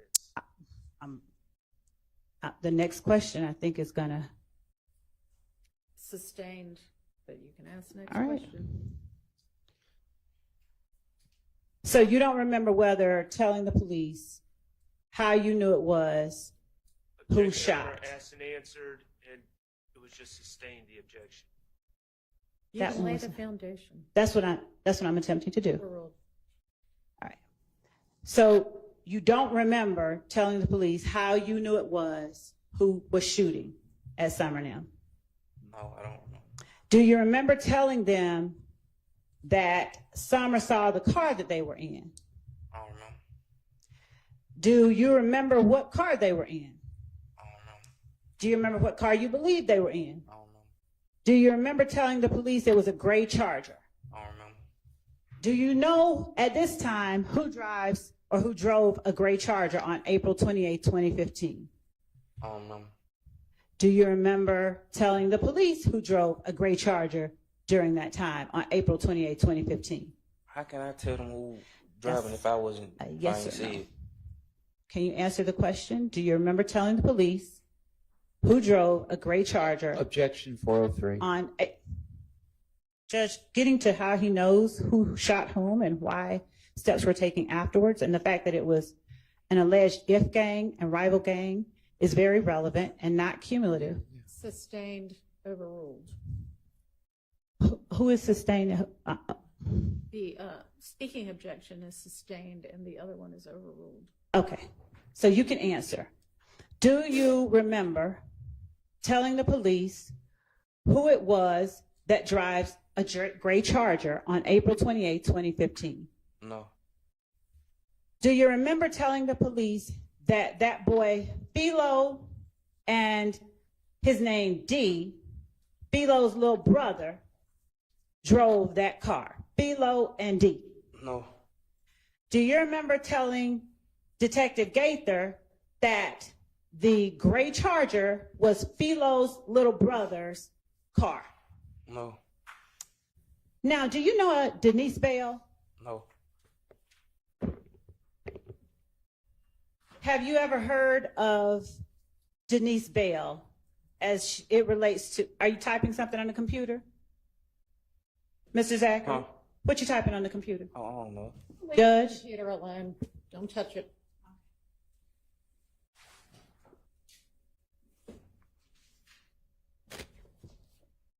At the time, did you know that Philo and D lived at 14, whether Philo and D, whether their family lived at 1428 Adele Drive?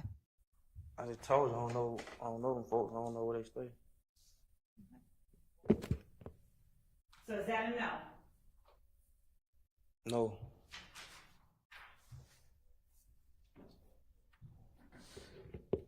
Did you believe Philo and D were shooting at Summer and Tay and Alexis? No. Did you tell the police that Philo and D were shooting at Summer and Tay and Alexis on April 28, 2015, while you were in that August 5th, 2015 interview? No. Was anyone else, as you sit here today, with Philo and D when they were shooting at Summer, Tay, and Alexis? I never told you I saw who shot at no Summer and Lex. Okay. Do you remember telling, after being asked, was anyone else with Philo and D, do you remember telling the police Stewie, the name Stewie, S-T-E-W-I-E? No. Do you remember telling them also a boy named Spaz, S-P-A-Z? No. Do you remember telling them that all four of them were in the car and then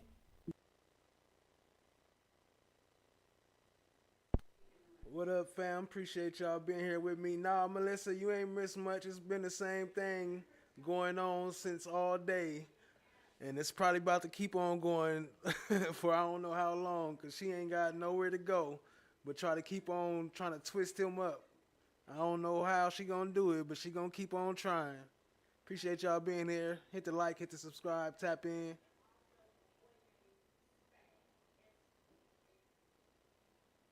They shoot at them.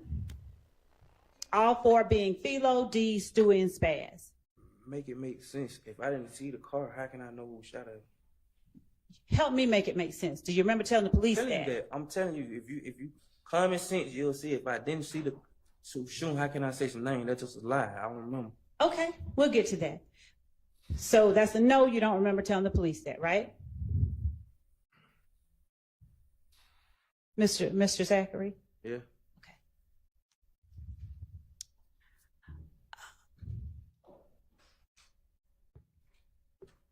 Did Summer come home and wake you up after Philo, Stewie, Spaz, and D shot her up? You keep saying them names. I don't know who shot her up. Did you tell the police that Summer came and woke you up after that? I don't know.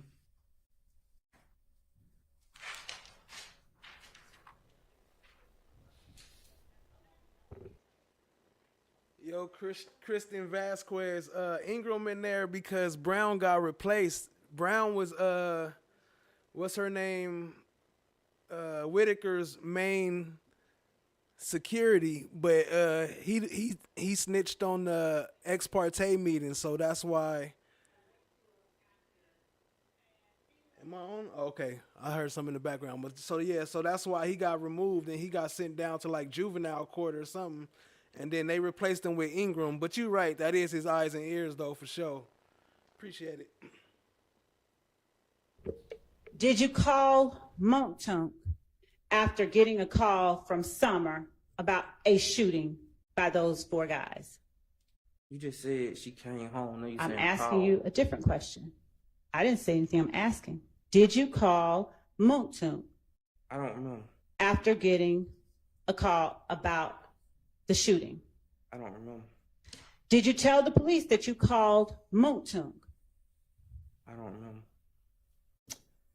Did Montunk want you to ride with him to the Adele Drive location?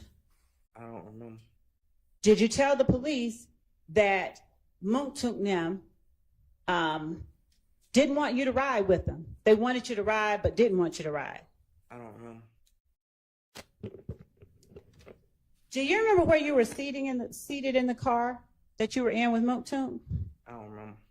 Do you remember telling the police that you were seated in the back seat after they asked you where you were seated? I don't, Do you remember telling the police you didn't have anything to do with the shooting?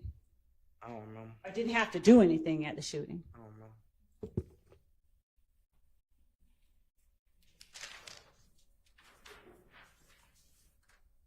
Tell the jury, please, Mr. Zachary, who was sitting where in the car you were in? I don't remember. You don't remember? Do you remember who was driving? I don't remember.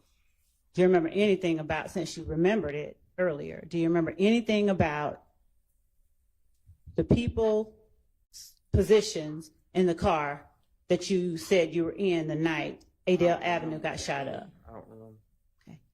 Do you remember telling the police that Shannon's in the front? I don't remember.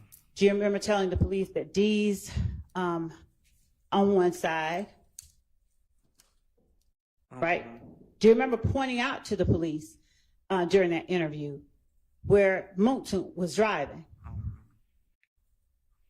Do you remember telling the police that specifically Shannon was the front seat passenger? Huh? I didn't say the front seat. Overruled. Do you remember telling the police that Shannon was a front seat passenger? I don't remember. Do you remember telling the police that you were sitting behind Shannon? Who got charged with it? Why are you asking that? Cause it don't make sense. If he was there, how come he didn't get charged with it?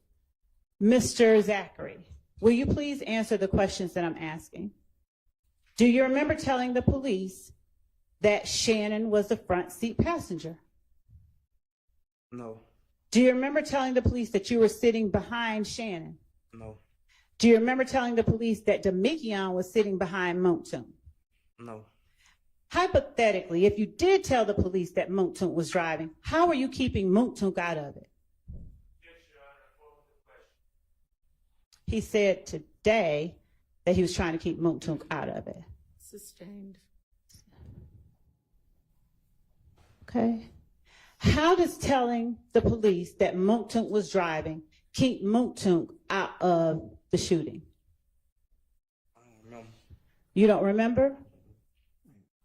You got another one of these? Nope. Do you not remember? I don't know. Okay.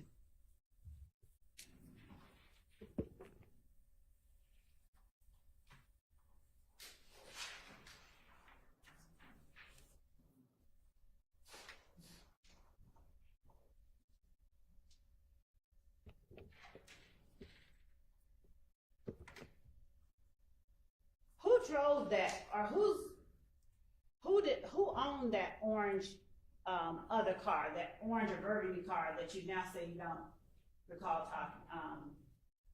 knowing about? I ain't say I don't recall. I said I don't remember. It's different, I think. And I don't remember. Okay, you said you don't know. I said I don't remember.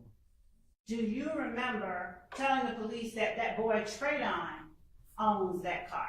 I don't remember.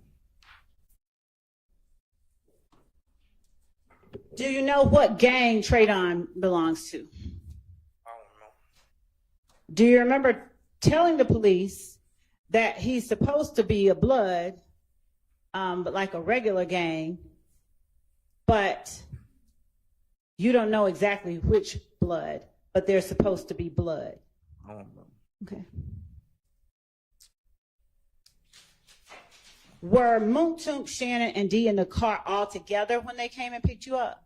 Shannon was never in the car. I never saw Shannon that night. Did you tell the police that Moontunk, when Moontunk came and picked you up, Moontunk, Shannon, and Dee were in the car? I don't remember. But I know Shannon wasn't with her.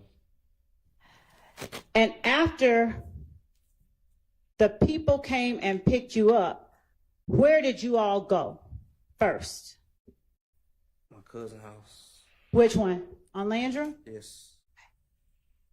Now, when did you all at some point go to Perry Homes? I don't remember. Did you go to Perry Homes last? I don't remember. Did you tell the police that you went to Perry Homes? I don't remember. Okay. Did you describe to the police going to the house on MLK? I don't remember.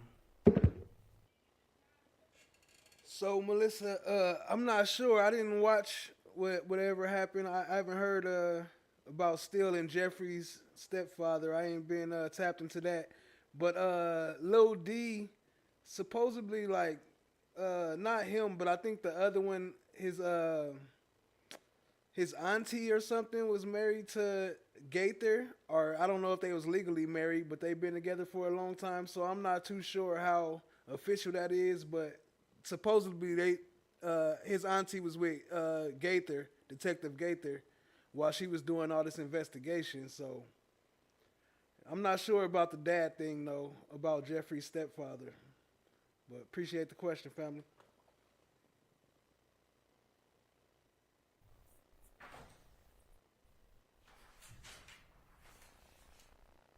Are you not remembering because you see any people that you know out in the courtroom that you care about? I just told you I can't see. I understand, but you know who all. Oh, and real quick, well, Kayla did expose him online. I don't know if it was first or not, but that same day or the day before, he went and told on himself, he went and confessed that he did it, that he was the one that told, that leaked that there was a meeting. So I think he was trying to get in line. He was trying to get Whitaker in there because they know if Glanville got recused, then Whitaker would probably end up in there. But I don't know. That's some background stuff. I ain't sure how official that is, but yeah, Brown confessed, and that's why he got sent down. And then, but Kayla did expose it. I played that clip before too. I was in this case, don't you? No. You haven't seen it? Haven't seen what? Anything about this case? Objection asked and answered. Sustained. So, are you concerned about being labeled a snitch? I made it through prison, man, label that. I ain't scared of that. And I ain't never PC, never got touched, none of that. What is PC? Protected cousin, I ain't never got, nigga ain't never laid no hand on me nowhere. I'm in prison. Okay. All different type of states, you know that. Okay. So,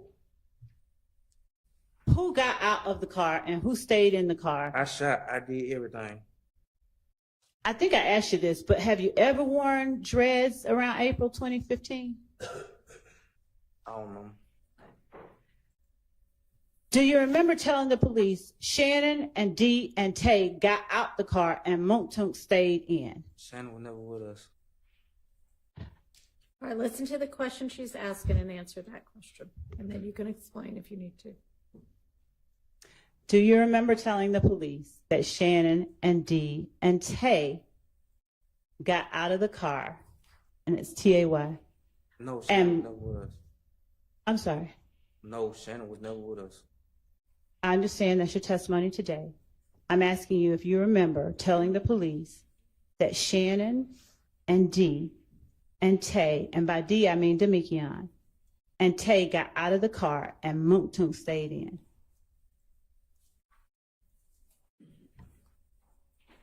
Do you remember telling the police that? No. Do you remember telling the police that Shannon and Dee got out of the car and went and shot up the house? I shot up the house. I understand. Do you remember telling the police that Shannon and Dee got out of the car and shot up the house? I shot up the house. All right, listen to the question and answer the question she's asking. Do you remember telling the police that Shannon and Dee got out of the car and shot up the house? No, I don't remember. I shot up the house. That's all I remember. I remember telling you I Since was you lying. now say that Shannon wasn't there, do you recall what kind of gun you told police Shannon had No. when he shot up the house? He ain't had no gun. He went down. Do you recall telling the police that Shannon had a Draco 7.62? I'm the only one with a Draco. Say the one. I was the only one with that gun. Okay. That gun was in my name. How can somebody else have my gun? Okay. So did you lie on Shannon? Yeah, I told you that the other day. Okay. I lied on everybody. So you told the police that Shannon had a Draco 7.62? I don't remember. But I know that was my gun. So. Did you know where the police or where that gun was on August 5th, 2015? I don't remember.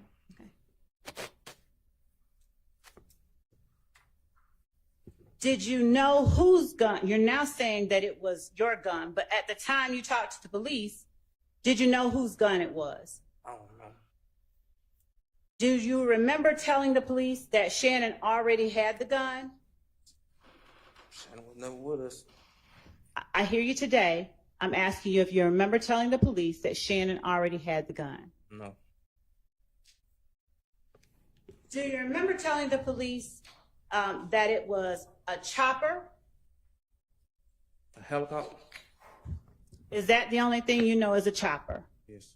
You don't know about an AK-47 being called a chopper? I think them called machine guns. Okay. So if you hear yourself on a video calling it a chopper, would that help you remember? It ain't gonna help me remember. They're gonna know that I lied. Oh, okay. So do you remember telling the police that that chopper was brown? My gun. How can I said guns that I know was on the scene that I used? How many guns can you shoot at one time? You personally? 2, 3, 2. At one time? 2. How do you hold a chopper? How do you hold a 7.62 and a 7.23 and shoot them both at the same time? Easy. How? Easy. Show the jury. I ain't showing no jury that, man. Your Honor, would the court please instruct the witness to show the jury? You're saying you can do it, so show the jury how How it to will do be it, done. I don't know how to do it. Hell no. You said show the jury. Do you recall telling the police that Tay had a 7.62? Because I knew that I'm the only one had a 7.62.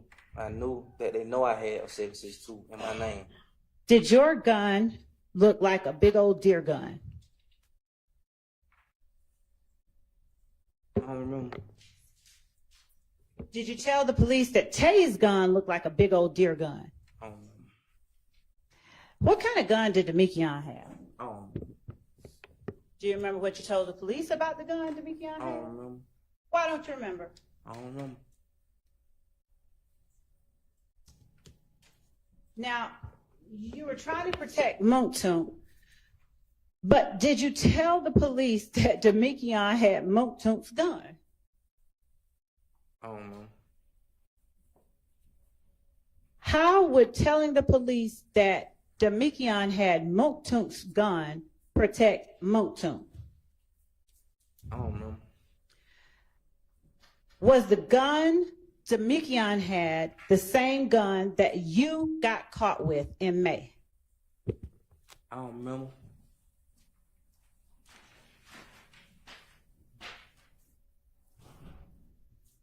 Did you tell the police that the gun you got caught with in May belonged to Monktoon? No. Did you tell the police that on April 28, 2015, Demekion had that gun? I don't remember. Okay.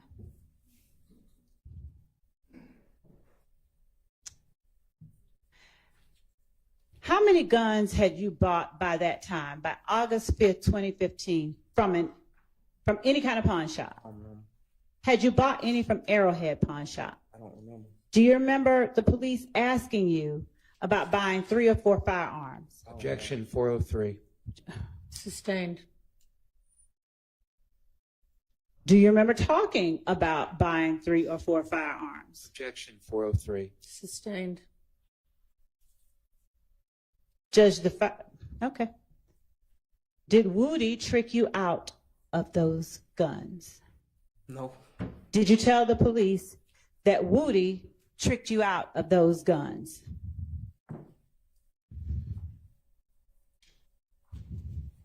I don't know. Did the police show you yourself in Arrowhead Pawn Shop buying those guns? I don't know. Did Traydon shoot any guns? I don't know no Trey Dunn. What now? I don't know no Trey Dunn. Did Tay shoot any guns? One might have done with me. What now? He wasn't there. Do you remember telling the police, nah, Traydon did not shoot any guns because he was driving? I don't know. Did only you and the driver stay in the car?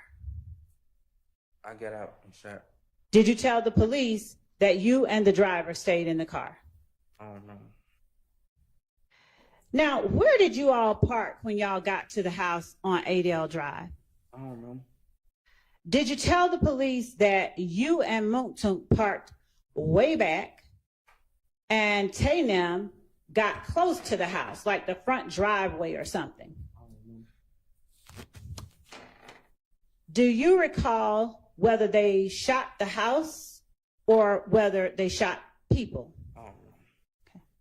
Do you remember saying last week that you saw people running into the house and you had followed the car? I don't know.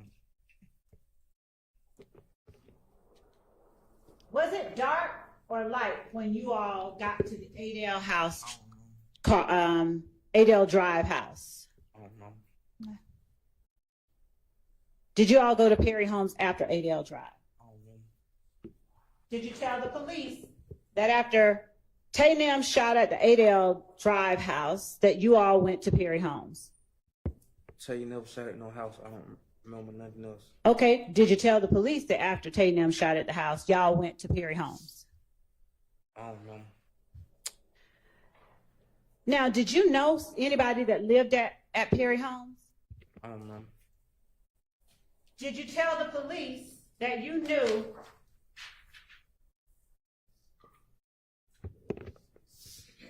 that Philo's girl lived at Perry Homes? I don't know. That Philo's baby mama lives at Perry Homes? I don't remember nothing about no sucker. What now? I don't remember nothing about nobody but me. Okay. And Moontoon, right? I just know about me. Okay. Did Tay know Philo, D, and Philo's child's mother from the West Side? I can't tell you what nobody else know. Did you tell police they knew them from the West Side? I can't tell them what nobody know. Did you tell them that Tay, Philo, and D, that they had hung together? They let me tell them what somebody else know. I'm sorry, what? They let me tell them what somebody else know. Are you asking or telling me? Asking. I can't answer questions, only you can. Did you tell the police that? I don't know. Do you know whether Tay, Philo, and D were beefing before? I don't know. Is Tay slime? I don't know. What is slime? I don't know. Did you know on August 5th, 2015? I don't know. Was Shannon 30 deep? I don't know. Was Demiki on 30 deep? I don't know. Did you tell the police anything about 30 deep? I don't know. Did you tell the police that Tay was from Capitol Homes and you and Monkton grew up in Capitol Homes and that's how you all got together? I don't know. And that's how Tay was rolling with you, Shannon, and Monkton? Objection 403. Overruled. Did you? I don't know.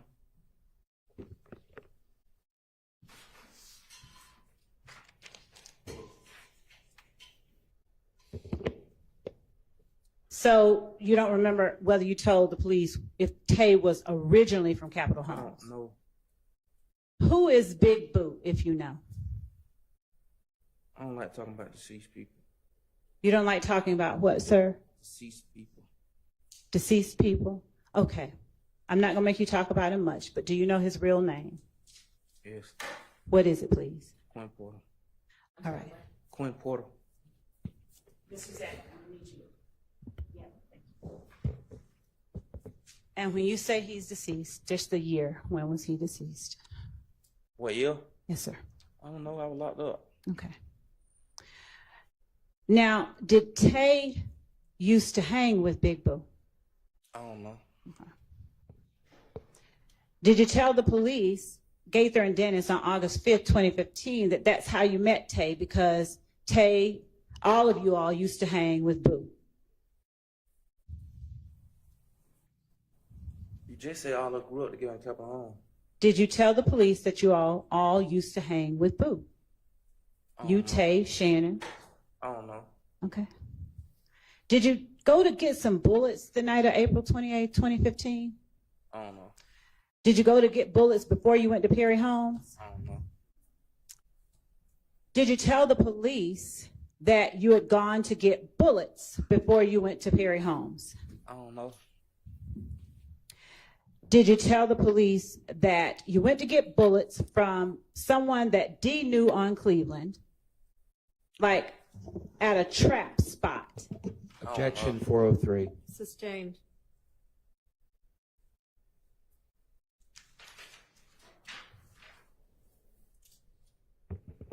Do you remember talking to police about what you did the night of April 28, 2015 regarding ammunition? Objection asked and answered. You sustained this objection about what they did and where they got the bullets from. So, Sustained.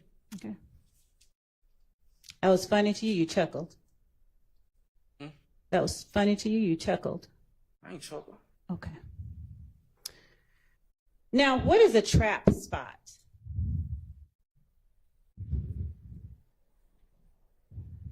I think that's a restaurant. You're saying a trap spot is a restaurant? I don't know. Okay. Did you all get bullets for the 7.62? I don't know.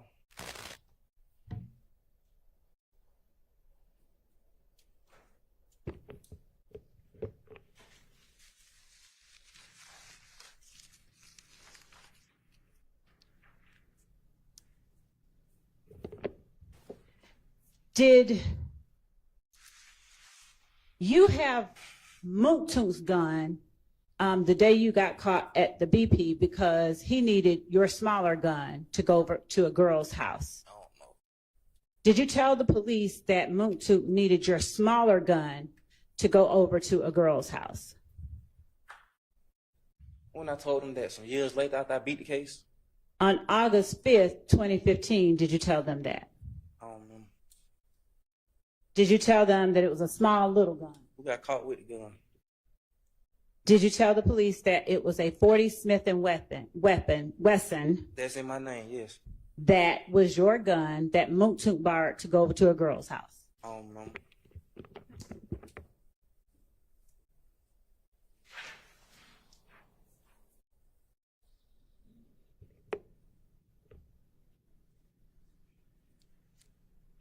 Did you buy that 40 Smith & Wesson a day or two before you got locked up? I don't remember.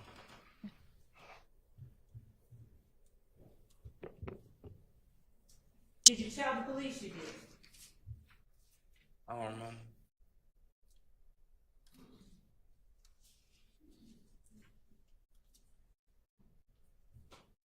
When you all got to Perry Homes, who was it that got out and shot at that time? I don't remember. Did Tay, D, and Shannon get out and shoot at Perry Homes? Who? Tay, D, and Shannon. Only person was there was me and Gladys. So is that a no? I never saw Shannon that day or no Tay. Would you answer whether that's a no? When I ask you, did Tay, D, and Shannon? Keep trying to put people there who want I'm trying to just ask you a question. Did Tay, D, and Shannon get out and shoot at Perry Homes? No. Okay. Did you tell the police that Tay, D, and Shannon got out and shot at Perry Homes? I don't remember.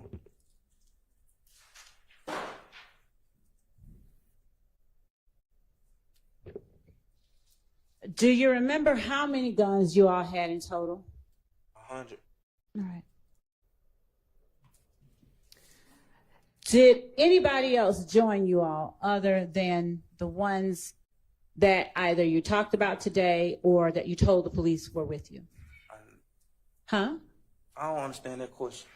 Did a person named Lee ever join you all? No. Did you tell the police that a person named Lee joined you all? No. Did you tell the police, did a person named Lee got out and shot with a handgun? I don't even know no damn Lee. You don't know a handgun? I don't know a Lee.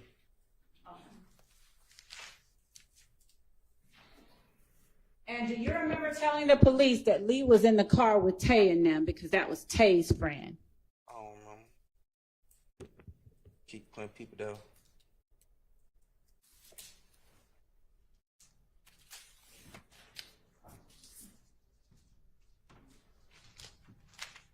Did you get dropped off at Sylvan Road after all this happened?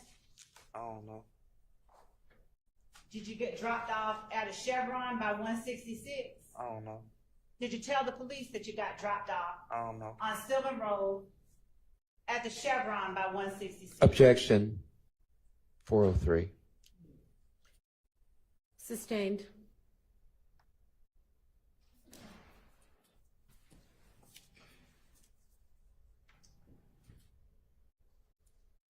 Do you remember who dropped you off You did. after? Okay, I did. Yeah. Did you tell the police I did? No, I ain't want them to know we were messing around. Okay, you did. Okay. Now, did you tell the police that Summer's cousin dropped you all off at the house? No. Was Summer scared to go back to her house? Objection. Calls for speculation. Johnny explains what he did with Shannon. Establish a basis and you can ask it. I'm sorry, I couldn't hear you.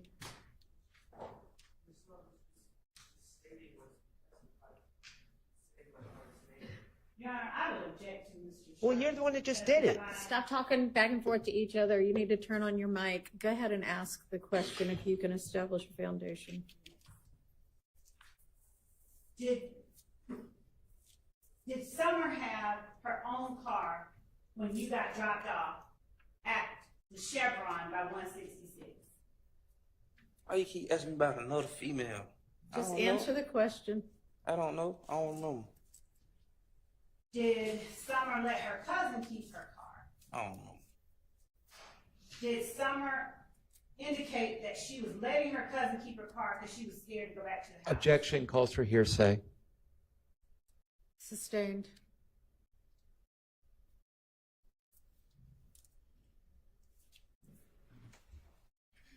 Did you tell the police that Shannon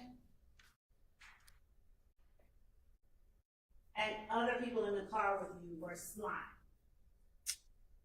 I ain't ever saying nothing like that. You never said anything like that? No. Okay, is Shannon slime? No. Was Mooktoon slime? I don't know. Why do you know Shannon wasn't, but you don't know if Mooktoon was? Shannon ain't grow up with us. What does that have to do with him being slime? A lot. Please tell us how.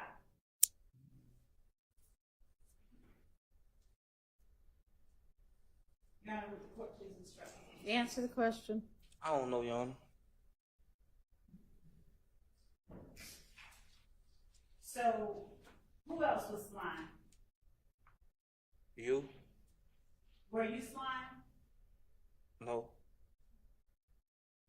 What did you have to do to be slime?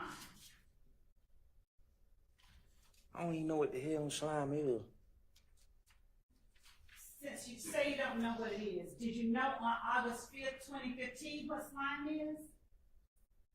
I don't know. Did you tell the police that they call themselves slime because they be stealing stuff? Who are they? The people who call themselves slime. I don't know who called themselves slime. Okay. But did you tell the police, quote, they call themselves slime because they be stealing stuff? If I told them that means I had to know who was slime. I don't know who slime. Would you just answer the question? I don't remember when I was in prison. I felt it hit my head. Okay. Did you tell the police being slime is like, you and me are cool, right? And you got a girl or something. And you leave out the room and I try and talk to her. I try and talk to your girl. I said that. Objection 403. It's a description. Overruled. Did you describe that for the police? I don't know. Did you tell the police slime means there are no rules, basically? I don't know. Did you tell the police, like, I slime that in is a proper way to use slime?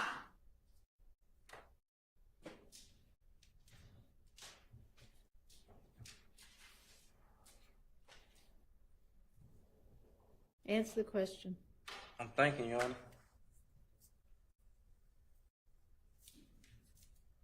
No. Okay. Did you tell the police that if you were cool with someone, you could rob them and it would be like you just slimed them? I don't know.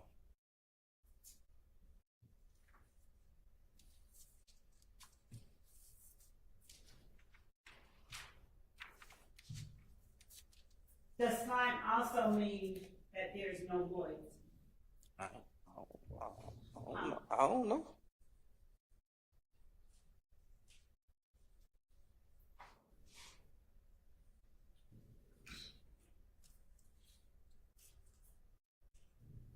Why were you ever slime is a better question.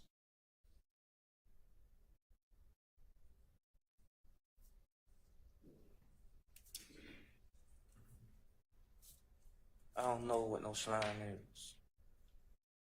So then you should know whether or not you were ever slime. No, I wasn't. And why were you never slime?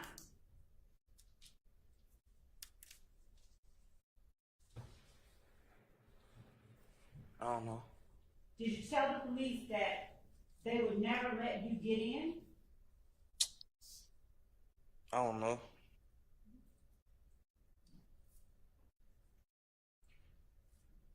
Did you tell the police that it was also because your brother and Moktoon didn't really want you hanging around them like that? See, there I go, trying to make Montont look good again. I don't know. Okay, so you did tell the police that? I don't know. What if I do? Did you tell the police that, let me ask you this, do you have a brother named Tay? Why you ain't gonna speak on my brother? The brother that hung with Moktoon? My brother ain't no home no Montont. The brother that didn't want you hanging around Slime? What the hell is Slime? Why you gonna keep talking about my brother? I just told you that.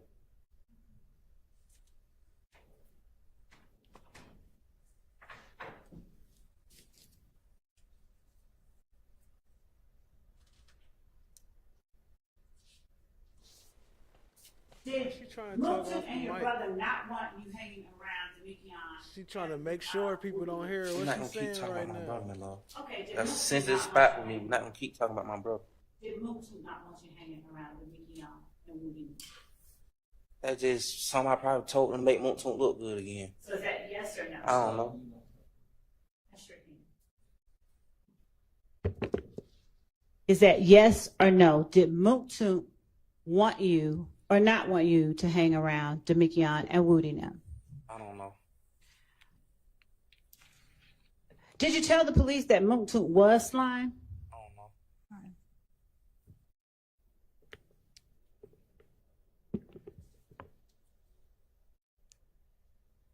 Do you know how or if 30 Deep and Cleveland Avenue linked up?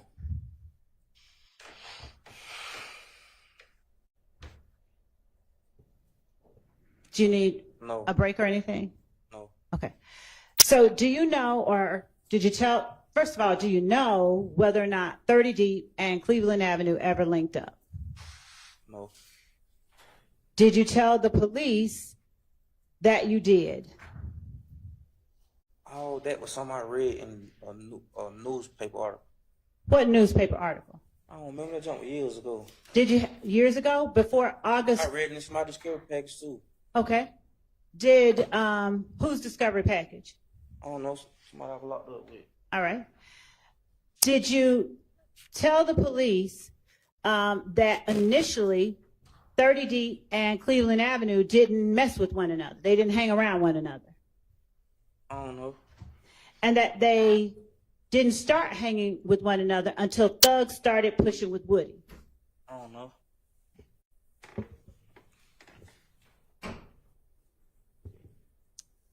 Did Thug's relationship with Woody kind of bring everybody together? Objection calls for speculation. Did Thug's relationship with Woody bring you in closer to Slime? I just told you I don't know no Slime there. But you said you hung with him though, right? When I said that? Did you ever hang with him? I don't know what it is. Okay. Did you ever hang or tell the police that you hung with him? I don't know what that is. Did you tell the police that Thug starting to push it with Woody is what caused you to start hanging around Slime? No. Okay.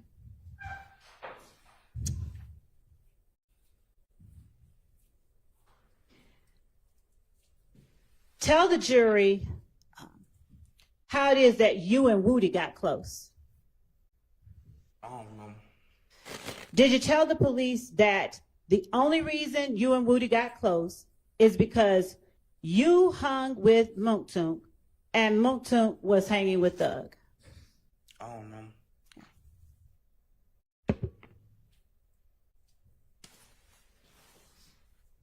Now, do you remember telling the police, or had you all ever had a problem with Mechanicsville? And by you all, I mean Slime, YSL, any of the people that you said earlier you're close with.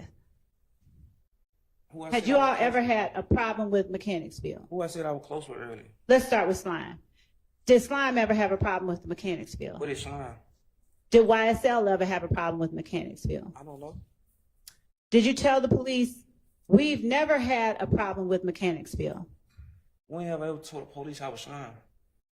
Did you tell the police that we have never had a problem with When Mechanicsville? have I ever said I was Slime? I'm going to ask you that question in a moment. Did you ever say to the police, we have never had a problem with Mechanicsville? I don't know.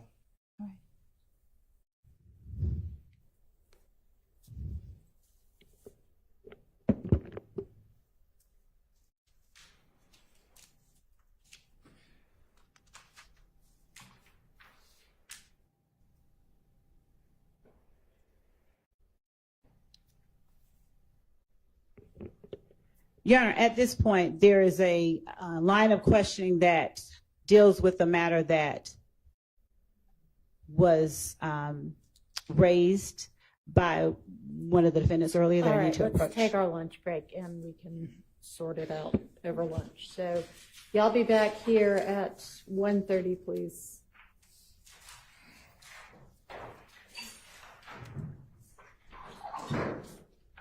Mr. Zachary, you could step back and be back at 1:30 also. Thanks. Hey, y'all, they keep taking my phone, man. They keep taking my phone. We'll discuss that in just a second, okay? You can, hang on, just so we can discuss it.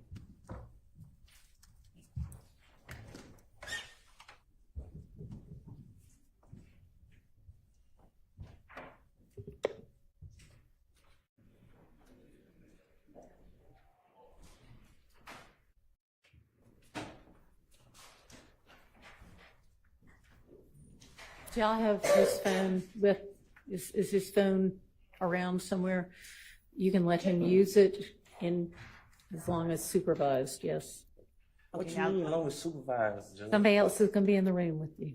What, I'm on a risk? No, So why, like, I pay that phone you're bill. in the middle of testifying when, so those are gonna be the conditions, but you can use it. I ain't never agreed to them conditions. It doesn't really matter whether you agreed to it or not. Yeah, I violate all my All right, rights. you can step down, and you're welcome to use your phone in the presence of investigator right now. After you finish testifying, you'll have it back without any other conditions. All right, yes, ma'am, Ms.Love. Your Honor, actually, Mr. Atkins just pointed out that the court had made a ruling on this portion, so my apologies for stopping All the right, question. no problem, and we needed to eat lunch anyway. Well, can I ask Yes. what we're talking about? Because there are some issues in Mr. Zachary's prior statements, Unresolved ones? unresolved, that the state was, that Your Honor said that the state was going to have to lay a foundation yeah. through Mr. Zachary. And I'm not talking about prior consistent statements. I'm talking about Right, subject things- matters. Yeah, well, I mean, yes, if I said that, then yes, This wasn't one foundation of them, needs to be but laid. this wasn't one of them, and I have in front of me those. Huh? That wasn't one of them. So, everybody's all good then? I mean, the state is, Your Honor. Okay. All right. Okay, I'm sorry. Just, if there's no foundation laid for someone to have firsthand knowledge or admissible knowledge of something, that would mean the state and Ms.Love cannot get up there and start asking leading questions. Didn't you say? Didn't you say? Didn't you say? Because that would defeat the whole purpose of us litigating it prior. Do you understand what she means there, Ms. Love? Judge, I'm very well aware of the rules of evidence, and I fully understand what Mr. Sharp is arguing, and I know what we can and cannot do, and I will follow the court's previous instructions and the rules of evidence. Okay, so just so we're really clear, if there was something that you needed to lay a foundation for his knowledge of before he could testify about it, then you're going to have to establish he has a basis for knowing it before you ask him. Do you remember telling the police that? Of course. All right. Yes, sir. Your Honor, can you ask the state to direct me to where, when that they had a good faith belief to ask the question to Mr. Zachary that he told the police the name Philip Collins? I don't have that in my notes, and if it's in the transcript, I just missed it, or in the recording.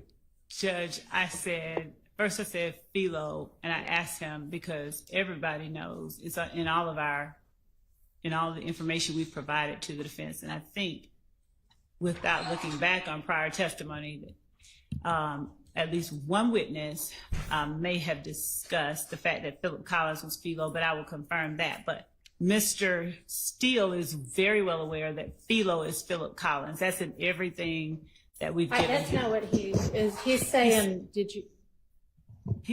the good faith basis that Zachary told the police that. Yes, I do. Okay. I can show it to him. I sure can. Okay. It is on page. Let me see.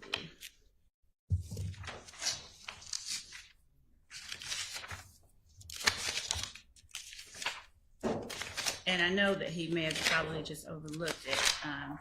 So it is on page.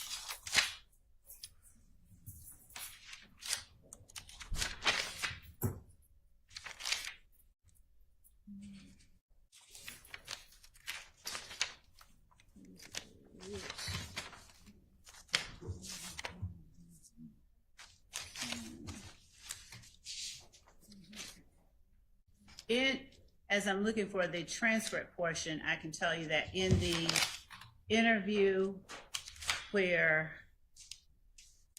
right before they start talking about going over to Harry Holmes,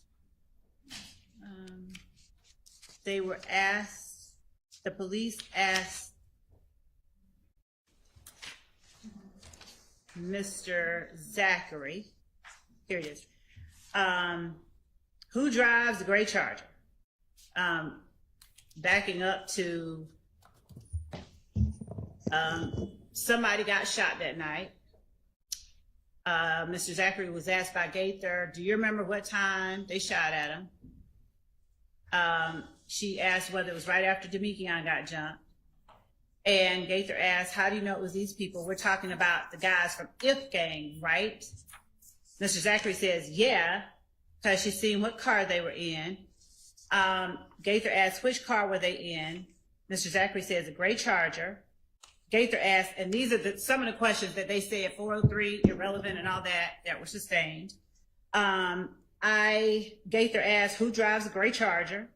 And Mr. Zachary said, that boy, Philo, and his name D, he drove Philo's little brother.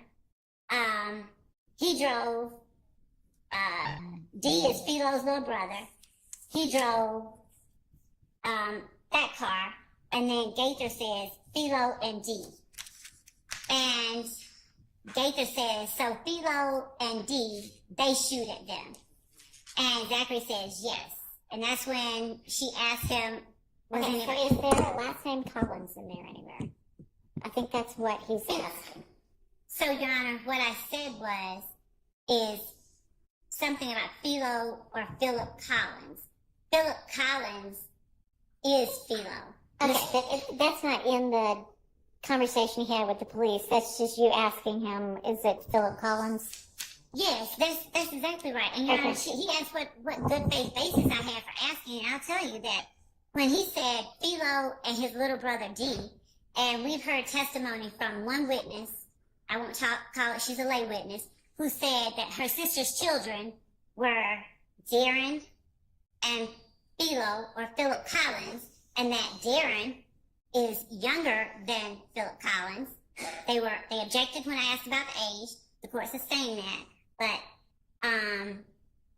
we will also hear testimony. I believe we've heard some. So the question was, I think, or the objection or the request for clarification was where you have a good faith basis for asking if, or suggesting that he told the police Philip Collins. That's not what he said. He said, do the state have a good faith basis for asking if he knew Philip Collins? Okay, so they have a good faith basis for asking if he knew, and apparently it's not in the transcript that he ever used the last name. Well, I'll find the exact quote over lunch, but this is why I'm objecting to the prosecutor suggesting things. Well, she can ask. was it Philip Collins? And he can say, I don't know, because I don't know Philo anyway. I'll get or the whatever exact he's quote, going to say. because I don't Okay. believe that's how it was framed, but I'll get the exact quote. Okay, well, I don't think it's particularly material whether he used a last name or not in talking to the police. Because he's essentially saying at this point, I don't remember anything. I don't know anything. I don't know those people. Your Honor, I find it material that a lawyer would say, looking at a transcript, and say to a witness. All right, just go back and look then at what it was that she said, and there's no point us talking about it if we don't know exactly what it is. Okay, anything else before lunch?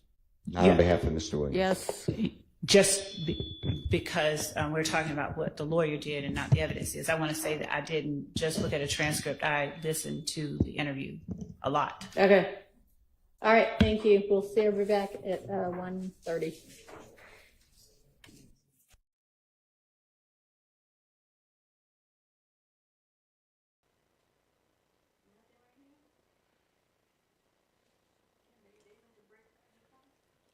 All right, family. I just wanted to come hang out with y'all before lunch. I don't know. I think I'm going to wrap it up right here unless y'all got something specific y'all want to watch. I'm going to play some of this outro, and if I get 3 or more suggestions for one video, then I'll play that. If not, then we probably going to wrap up. Appreciate y'all being here. Hit the like, hit the subscribe. Tap in, family. What up, Shot Diggy?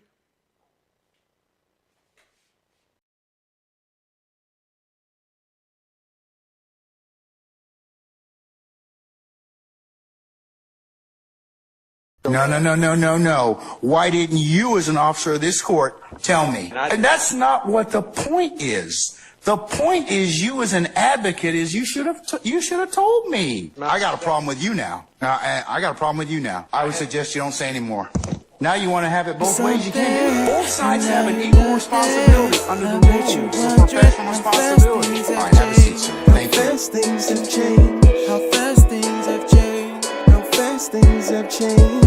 Now I see you running, coming for my come up. Broke out all your shackles, turned it to some armor. Used to be the judge, but now you have no honor. To die with your pride is to live with all your karma. Now you understand. Now you understand. Another night at club. There's a lot of fun. All right.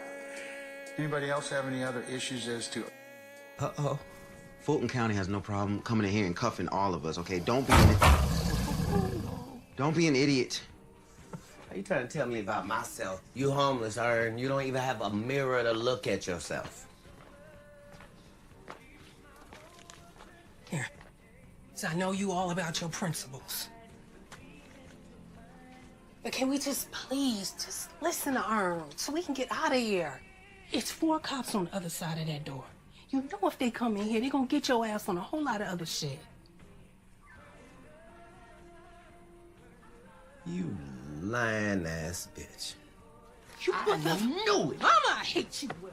Don't you never come back to my house, And no. I hope they blow your motherfucking ass to smithereens. You better hope they do, bitch. You better hope they do. This nigga kidnapped me. I think I'm entitled. You want answers? I want the truth. You can't handle the truth. What are you, fucking nuts?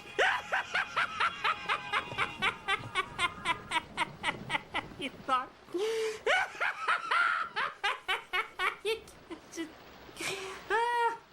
All right, fam, I'm gonna go ahead and wrap it up for now. Appreciate y'all for being here. Hit the like, hit the subscribe, tap in on your way out. Much love to everybody. I might come back after lunch. I don't know. I ain't decided yet, but we'll see. Until then, holla. Stay fresh and stay blessed, fam.